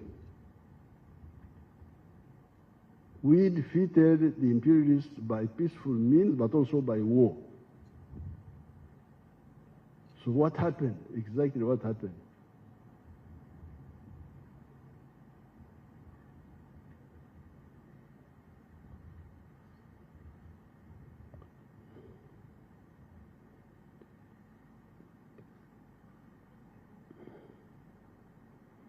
Five centuries of Africa's shame of the slave trade and colonialism should have ended then. we had achieved independence, uhuru in the whole of Africa. The question was, where was umoja? Because you remember the slogan was uhuru na umoja. Now by 1994, the whole of Africa had achieved uhuru. So what happened to the umoja? In the meantime, the question was, where was umoja, unity? In the meantime, we who were participants in much of this time had to diagnose the problem. In that process, we established the 3 historical missions and the 4 ideological principles. To establish the missions and the principles, we would start with a question. Question number 1 was, do the Africans need, deserve, and are they entitled to prosperity like other peoples in the world, or are they not so entitled? That's the question we would ask. Are the Africans entitled, and do they deserve prosperity like all the other people in the world? If the answer is yes, the next question would be, where does prosperity come from? Can prosperity sustainably come from begging? Because you remember the issue of aid. Can you get prosperity through aid? Our answer was no. Prosperity can only come from producing a good or a service, which is what Honorable Kasej is saying, by being a wealth creator, producing a good or a service by an individual, a family, a company, etc., and selling it sustainably with Echibaro. Echibaro is the assessing the profitability. In that way, you will get income and solve your problems. That, however, raises another question. Who will sustainably buy our goods or our services reliably with predictability? Because you can see what's happening in the world. The other time, you people, you said, well, we don't want our children to be homosexuals. Our children, we didn't say other people's children. We don't want our children to be homosexuals. Oh, and some of our friends who had given us market access took us off their AGOA list. Imagine. So, how can you rely on such a person for business? Today, you trade with him. Tomorrow, he stops you because of your internal policy, not even anything affecting him. So, the third question, who will sustainably buy our goods or services reliably and with predictability? When we started the African tribes, including my own, the Banyankwere Bahororo, we discovered that intra-tribal trade is either limited or completely absent. Why? It is because these communities sometimes produce similar products. The Banyankwere Bahororo, for instance, all have milk, beef, bananas, etc. A does not buy from B and vice versa.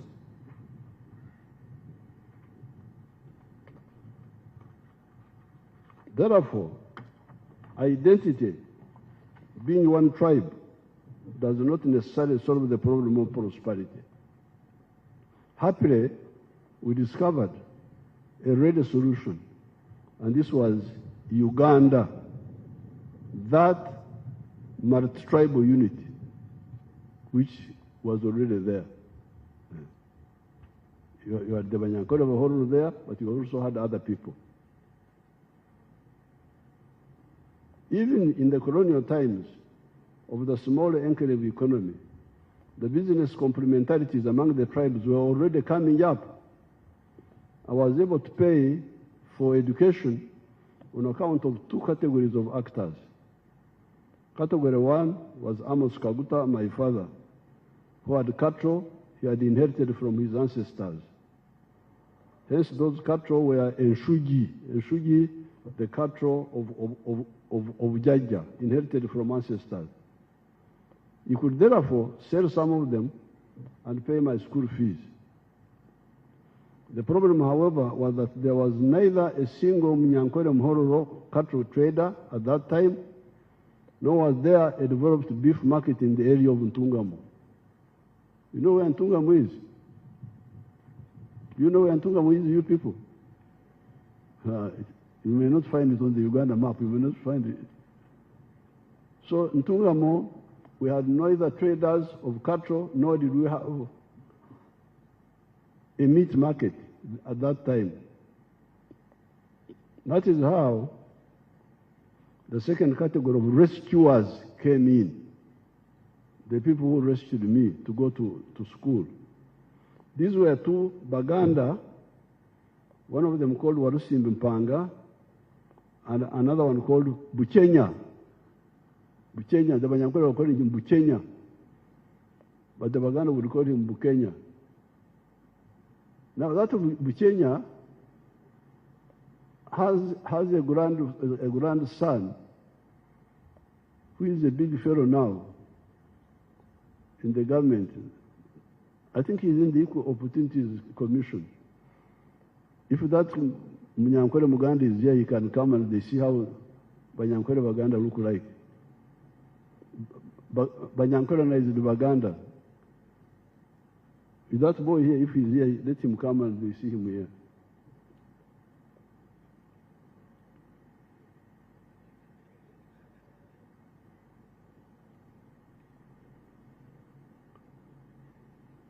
And then there was also a white man share.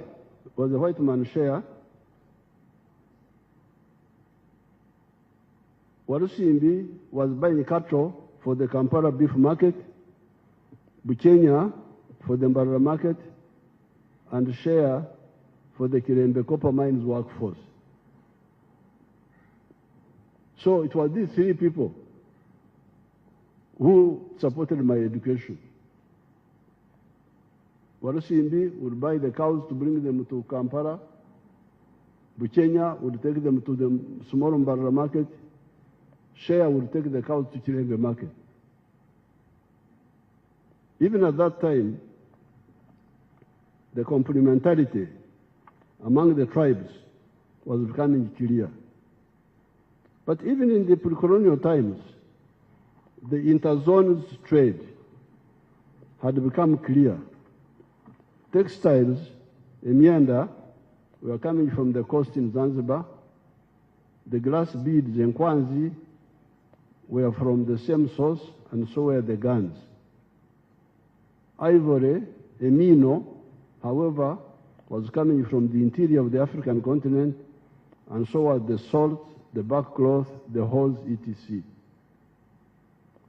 It is this historical mission of the need for prosperity that led us to discover the first ideological principle of our movement, of the NRM, as the minister was saying, patriotism, love Uganda. Why? It is because you need it for your prosperity as a market, among other advantages. However, learning from the history of other countries and also seeing what is happening in Uganda once it settled down and started recovery, we discovered that the internal market is not enough. As we speak today, Uganda has got surplus of milk, maize, bananas, beef, sugar, cement, steel products of certain types, etc., as the minister was telling you here. Where do we sell all these? This is when the NRM asked the Ugandans the following questions. Number one, have you heard of East Africa? Because you are stuck with your products. Have you heard of East Africa? Because you are busy with the tribes. Some people are telling you, we, as Banyankore, we, as Baganda, we, as Achori, some of those pharaohs are busy telling you about the tribes. If nga Abasoga bene, we are this one, are this one. But why don't we solve the, if those are enough, why do we have a problem of surplus milk, surplus sugar, surplus this? And this is where the NRM said, have you heard of East Africa? Have you heard of Africa? Why don't you check whether they can buy what we produce and also buy what they produce? Indeed, as I speak now, East Africa and Africa are already buying parts of our surpluses. Otherwise, these sectors of the economy would have collapsed by now. That is how the NRM identified the second ideological principle of Pan-Africanism. Pan-Africanism. Love Africa. Why? It is because you need it we need it for our prosperity. This realization of the need for bigger markets was not only clear to the NRM, others before us had realized this. Germany was not one country until 1871. German-speaking people were divided into 39 kingdoms of Prussia, Saxony, Bavaria, etc. However, there was a strong business group in Prussia known as Junkers. It is written Junkers, but they pronounce it Junkers, that saw the importance of a united German market. Working with Bismarck, they pushed the pan-Germanism agenda, the unity of the Germans. France, by 1789, had been a united kingdom for a long time. There were, however, internal taxes between the provinces of France known as Gabelle. Those provinces were fiefdoms of the princes of those areas. The rising French middle class the bourgeoisie, could not accept this. Indeed, the removal of these internal taxes were part of the grievances of the French Revolution. On these two ideological principles of patriotism and Pan-Africanism, we added socio-economic transformation and democracy. This was all to achieve historical mission number one, prosperity for the African people through market integration. We are glad by 1980, the African leaders had started seeing the importance of market integration as part of the Lagos Plan of Action. When the NRM took power, we worked with the Wazee, Mzee Mwinyi, Mzee Mkapa, and Mzee Moi to revive the East African community that was relaunched on the 30th of November, 1999. The East African community has now expanded to incorporate Rwanda, Burundi, South Sudan, DRC, and Somalia. In addition, we have got COMESA and the CFTA, the Continental Free Trade Area. We need to remove all the trade barriers and develop infrastructure to facilitate this trade. However, we also need to ensure that countries that are beginning to come up are assisted. We don't want a common market where some countries benefit, others lose. No, it's very dangerous. The countries which are coming up must be assisted so that they also trade equitably. We should never allow trade imbalances among member states to persist. This market integration will address the historical mission of prosperity. However, we had also identified the second historical mission as that of strategic security. How can Africa ensure that never again will its people be threatened by anybody having gone through the 5 centuries of the slave trade, colonialism, and neocolonialism? Economic integration, if it is fully implemented, will address the issue of prosperity. However, during the Second World War, the developed countries of Holland, Belgium, Denmark, France, Norway, etc., became victims of German aggression. They are being developed notwithstanding. It was the Soviet Union and later the USA and UK that defeated the hegemonic Hitler. Even we, the Africans, 500,000 of Africans, took part in that war, as did 2.5 million Indians who took part in that war to save those countries, France and Holland and all that. The highly developed Israel, in terms of technology, would find it difficult to survive in that zone without the cover of the United States of America. Some actors in the world talk of achieving superiority in the 4 dimensions: land forces, air forces, at sea, the Navy, and in space. Where does this leave Africa? Are we going to exist or not exist with the permission of others? Are we only to thrive with the permission of others? Coming to multidimensional strategic security, only 4 countries have been to the moon. These are USA, Russia, China, and India recently. Can Uganda manage a serious space program even when it becomes the first world country? As we tried to answer that question, there was already an answer given by our elders before independence.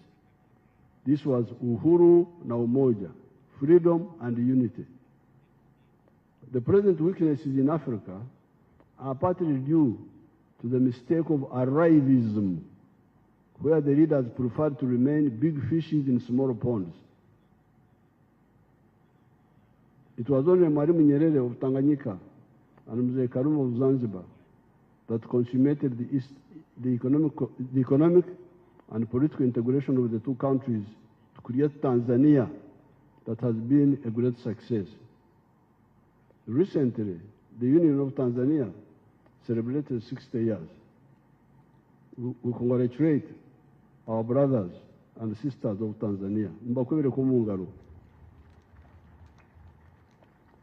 Economic and political integration, where possible, are the correct answer to the question of prosperity and strategic security.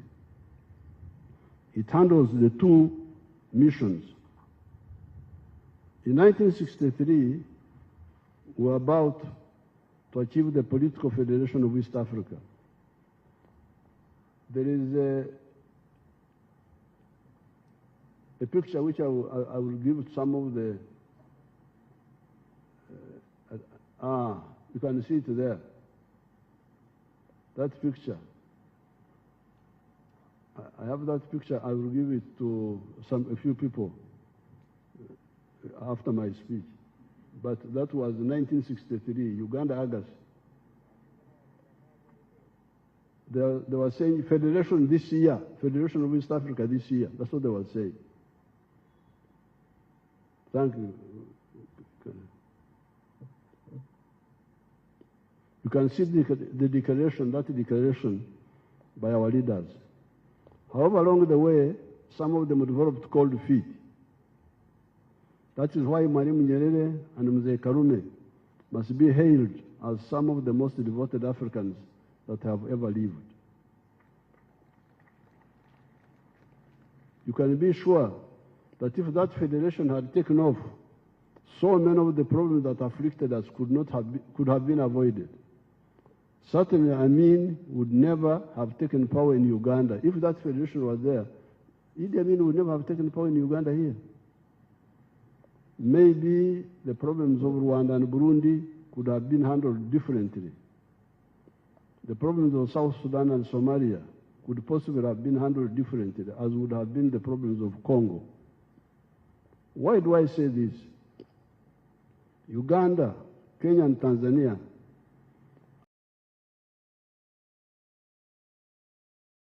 under one political authority would have been so strong that their voice in these matters would have been decisive.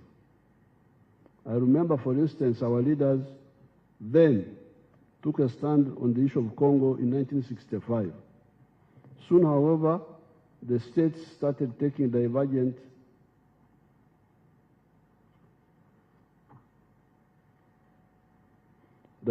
positions, which would not have been the case if they were under one political authority.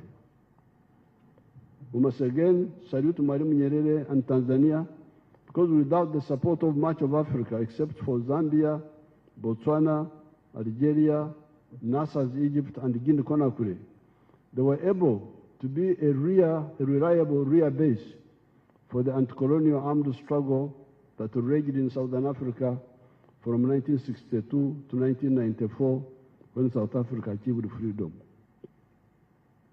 It is a pity that after victory, we only got Uhuru, independence, and not Umoja, unity, especially political integration. The third historical mission we identified was the Undugu, brotherhood of the 1.5 billion African people. These people belong to only 4 linguistic groups: the Niger-Congo, the Bantus and the Kwa, the Nilo-Saharan, the Nilotics, the Cushitic and the Sudanic, the Afro-Asiatic, Arabic, Amharic and Tigrinya, and the Khoisan, the group in South Africa. Recently, I had a delegation from Congo, but we did not have a French translator.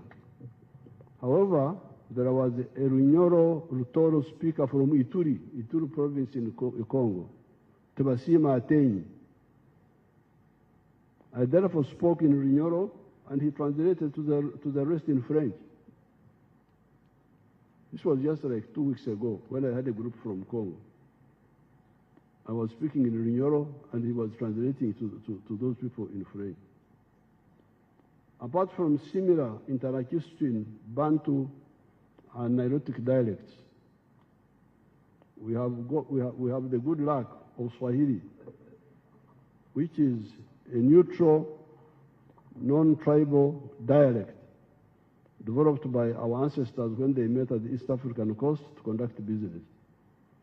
Therefore, the third historical mission is a question, in quotes. Why can't the responsible political actors use the undugu, the brotherhood, similarities or linkages of these people to create units that support the other two historical missions of prosperity and strategic security? You don't hear anybody talking, this is political class, talking about, I don't know what they talk about on TV. I normally once in a while watch, talking nothing. How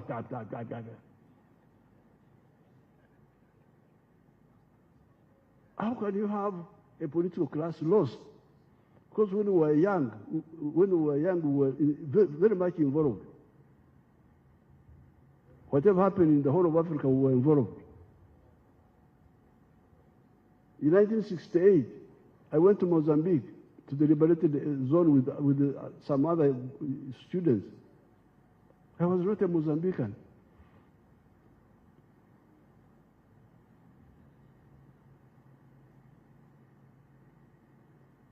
Baleka ngabi wasande kola, niboko nibeta sande kola, namazi matigari muwo.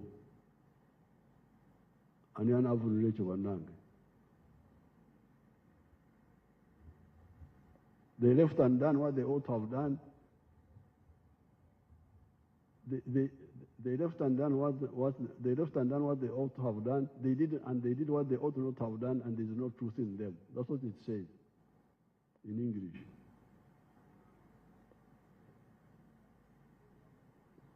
With these three historical missions and the four ideological principles, we're able to shape our strategy vis-à-vis Africa.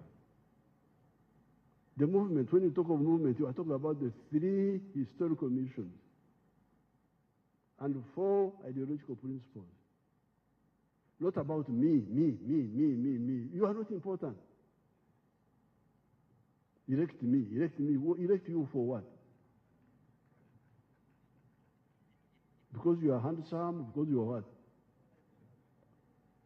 what? What medicine do you have for us? What medicine do you have for us? We need a medicine for our problems.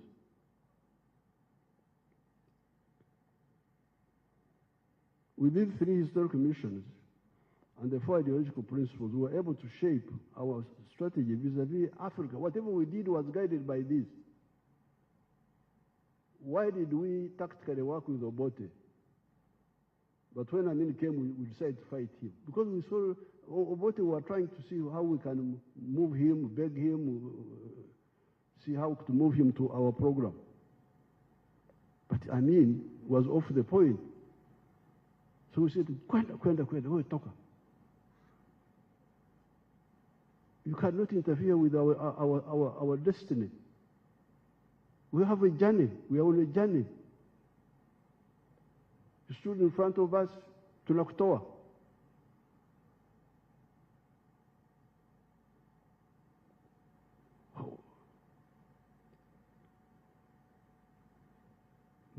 The strategy that we always commend, this strategy we always commend to our supporters, is to work for economic integration of the whole of Africa, so as to support prosperity of the African people and support the additional political integration in the parts of Africa where it is feasible by creating political federations, such as the Political Federation of East Africa. Mwalimu Nyerere and ourselves diverged a bit from Mzee Nkrumah and Muammar Gaddafi, who are talking of a continental government of the whole of Africa.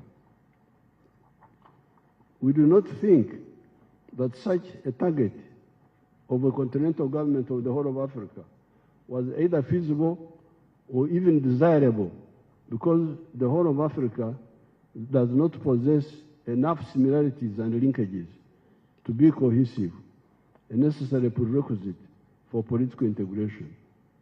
East Africa is, and with the use of Swahili, can be very cohesive. The whole of Africa should be one common market. Apart from the Niger-Congo linguistic group that has got a lot of similarities, there are also linkages with, for instance, the Nilo-Saharan groups of languages. This is how, amazingly, I discovered that the Somali word for cow is Saa. It is the very word that most of the Bantu dialects in the Great Lakes use to describe the cow dung, not any other dung. So what the Somalis call a cow is what we call cow dung here. But you can see the linkage. There are a lot of linkages with the Nilotic dialects that we do not have to go into here. It is this belief in the three historical principles and three historical missions and 4 ideological principles that enabled the student movement of the 1960s to metamorphose into the armed Fronasa that fought Amin and eventually the NRA-NRM. We rejected the sectarian politics of identity of religion, tribes, and gender chauvinism. By 1986, by the force of 20,000 NRA fighters, backed by millions of civilians that were only propelled by conviction, not by any mercenary interest. The majority of the NRA-UPDF have maintained this. That is why between 1971 and 2021, the NRA-UPDF was fighting for no pay or low pay. Owing to death of some of our supporters, from natural causes mainly, we started getting some corrupt elements, but a minority. These are a minority and are easy to identify and isolate. The spirit of voluntarism was also strong among the civilians. That is why the National Resistance Council, for instance, we are getting a low salary, but we are content. When we came to the Constituent Assembly, we improved the pay, knowing that it was a temporary parliament. However, subsequent parliaments made 2 mistakes. One was to increase their salary and allowances, thereby departing from the spirit of sacrifice that had been the hallmark of the NRA, UPDF, NRM.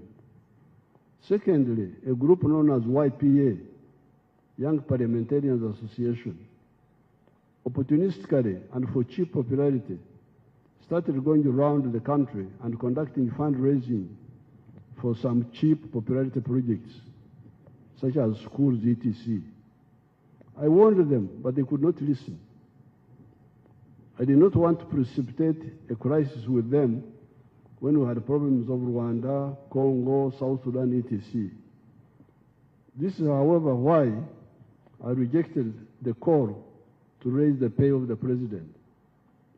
I said the president will never get a high salary as long as I'm in government and as long as the economy is still growing. Comrades, it's now time to see how to correct these 2 mistakes. This is because it led the population to believe that the political leaders have a lot of money and must share it with the voters in the form of bribes and endless fundraisings. Although the MPs gave themselves a lot of money, it is not enough to meet these indisciplined demands for bribes and fundraisings. Hence, they end up with debts, and some have run from the constituencies. I hear some of them are IDPs.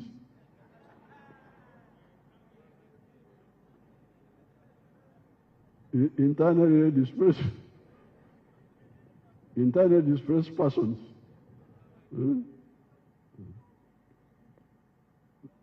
The government, through the budget, is the one that can help the people to solve their problems. Programs like NADS, Operation Wealth Creation, PDM, Emioga, etc., have already shown that they can liberate people from poverty. You can see it. You can see it. There's a man from Kamwenje. If you can show me that Kamwenje man, you people, my group, the man in Kamwenje, the man of coffee.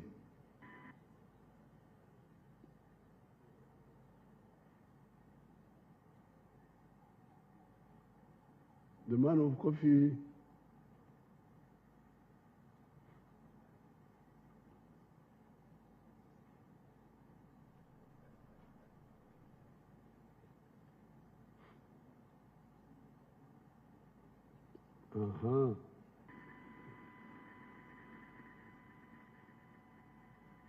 Is that the one? That's another one.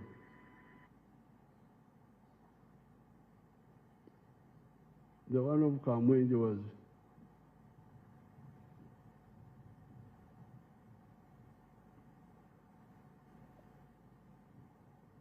What has happened? Sabotage?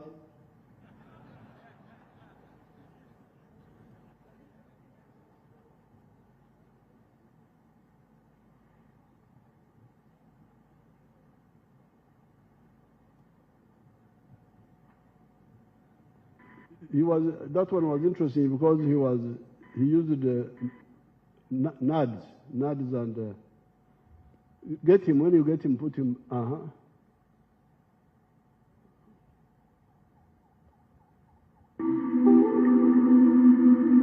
Amazina ni Akoli na Julius, a retired teacher.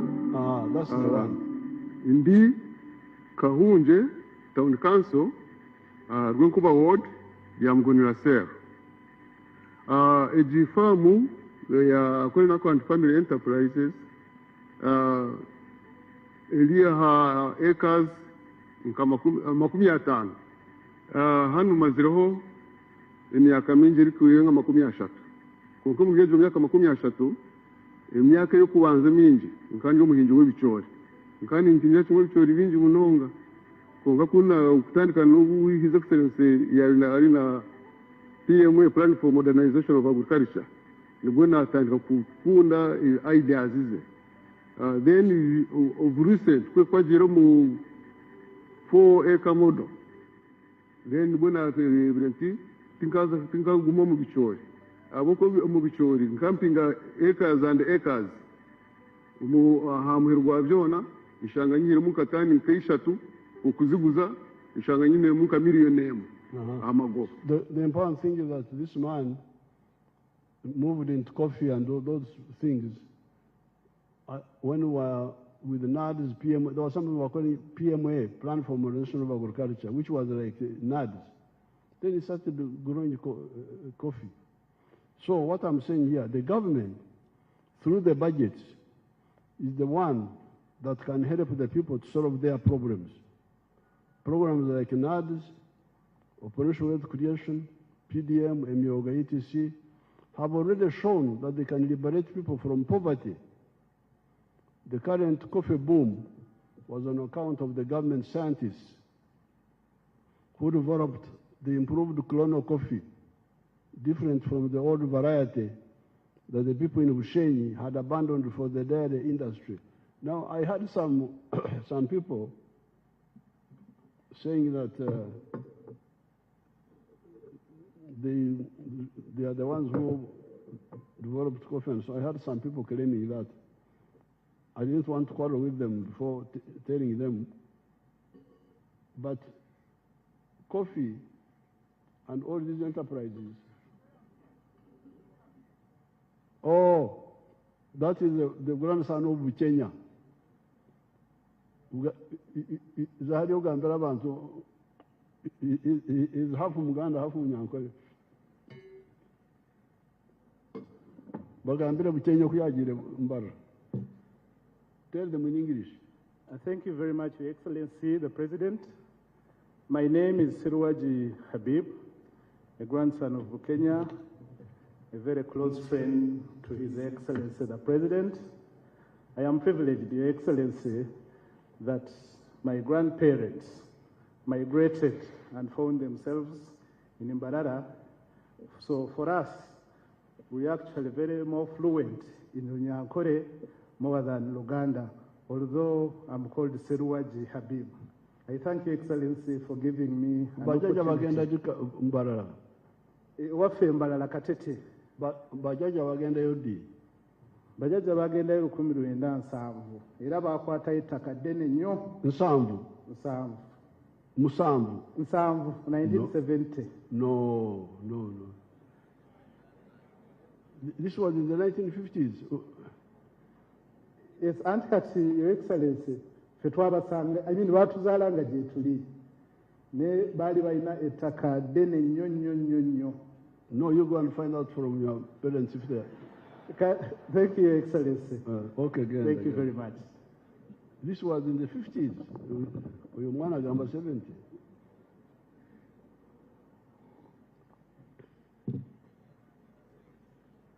So some people are saying that claiming coffee, this one, you remember there was a group called, the one we abolished, what was it called? The one we rationalized.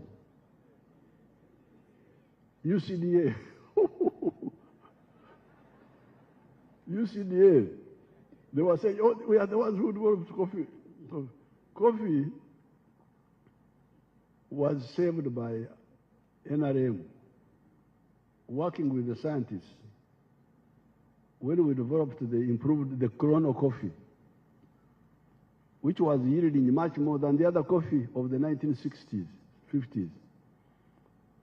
To prove that, we had very, very important coffee growers in Bushenyi, people like Mukaira, like Chikuri, like others who were growing, Kekuruto, they were growing coffee.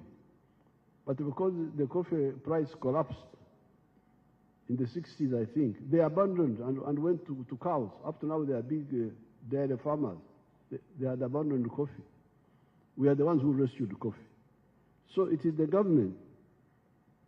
The current coffee boom was on account of the government scientists who developed the improved Chrono coffee, different from the old variety that people in Bushenyi had abandoned for the dairy industry. The dairy industry in the cattle corridor, you can see it for yourself, what it is doing there. If you can show us people like Kabera, the one of Gomba. Can you show us Kabera of Gomba?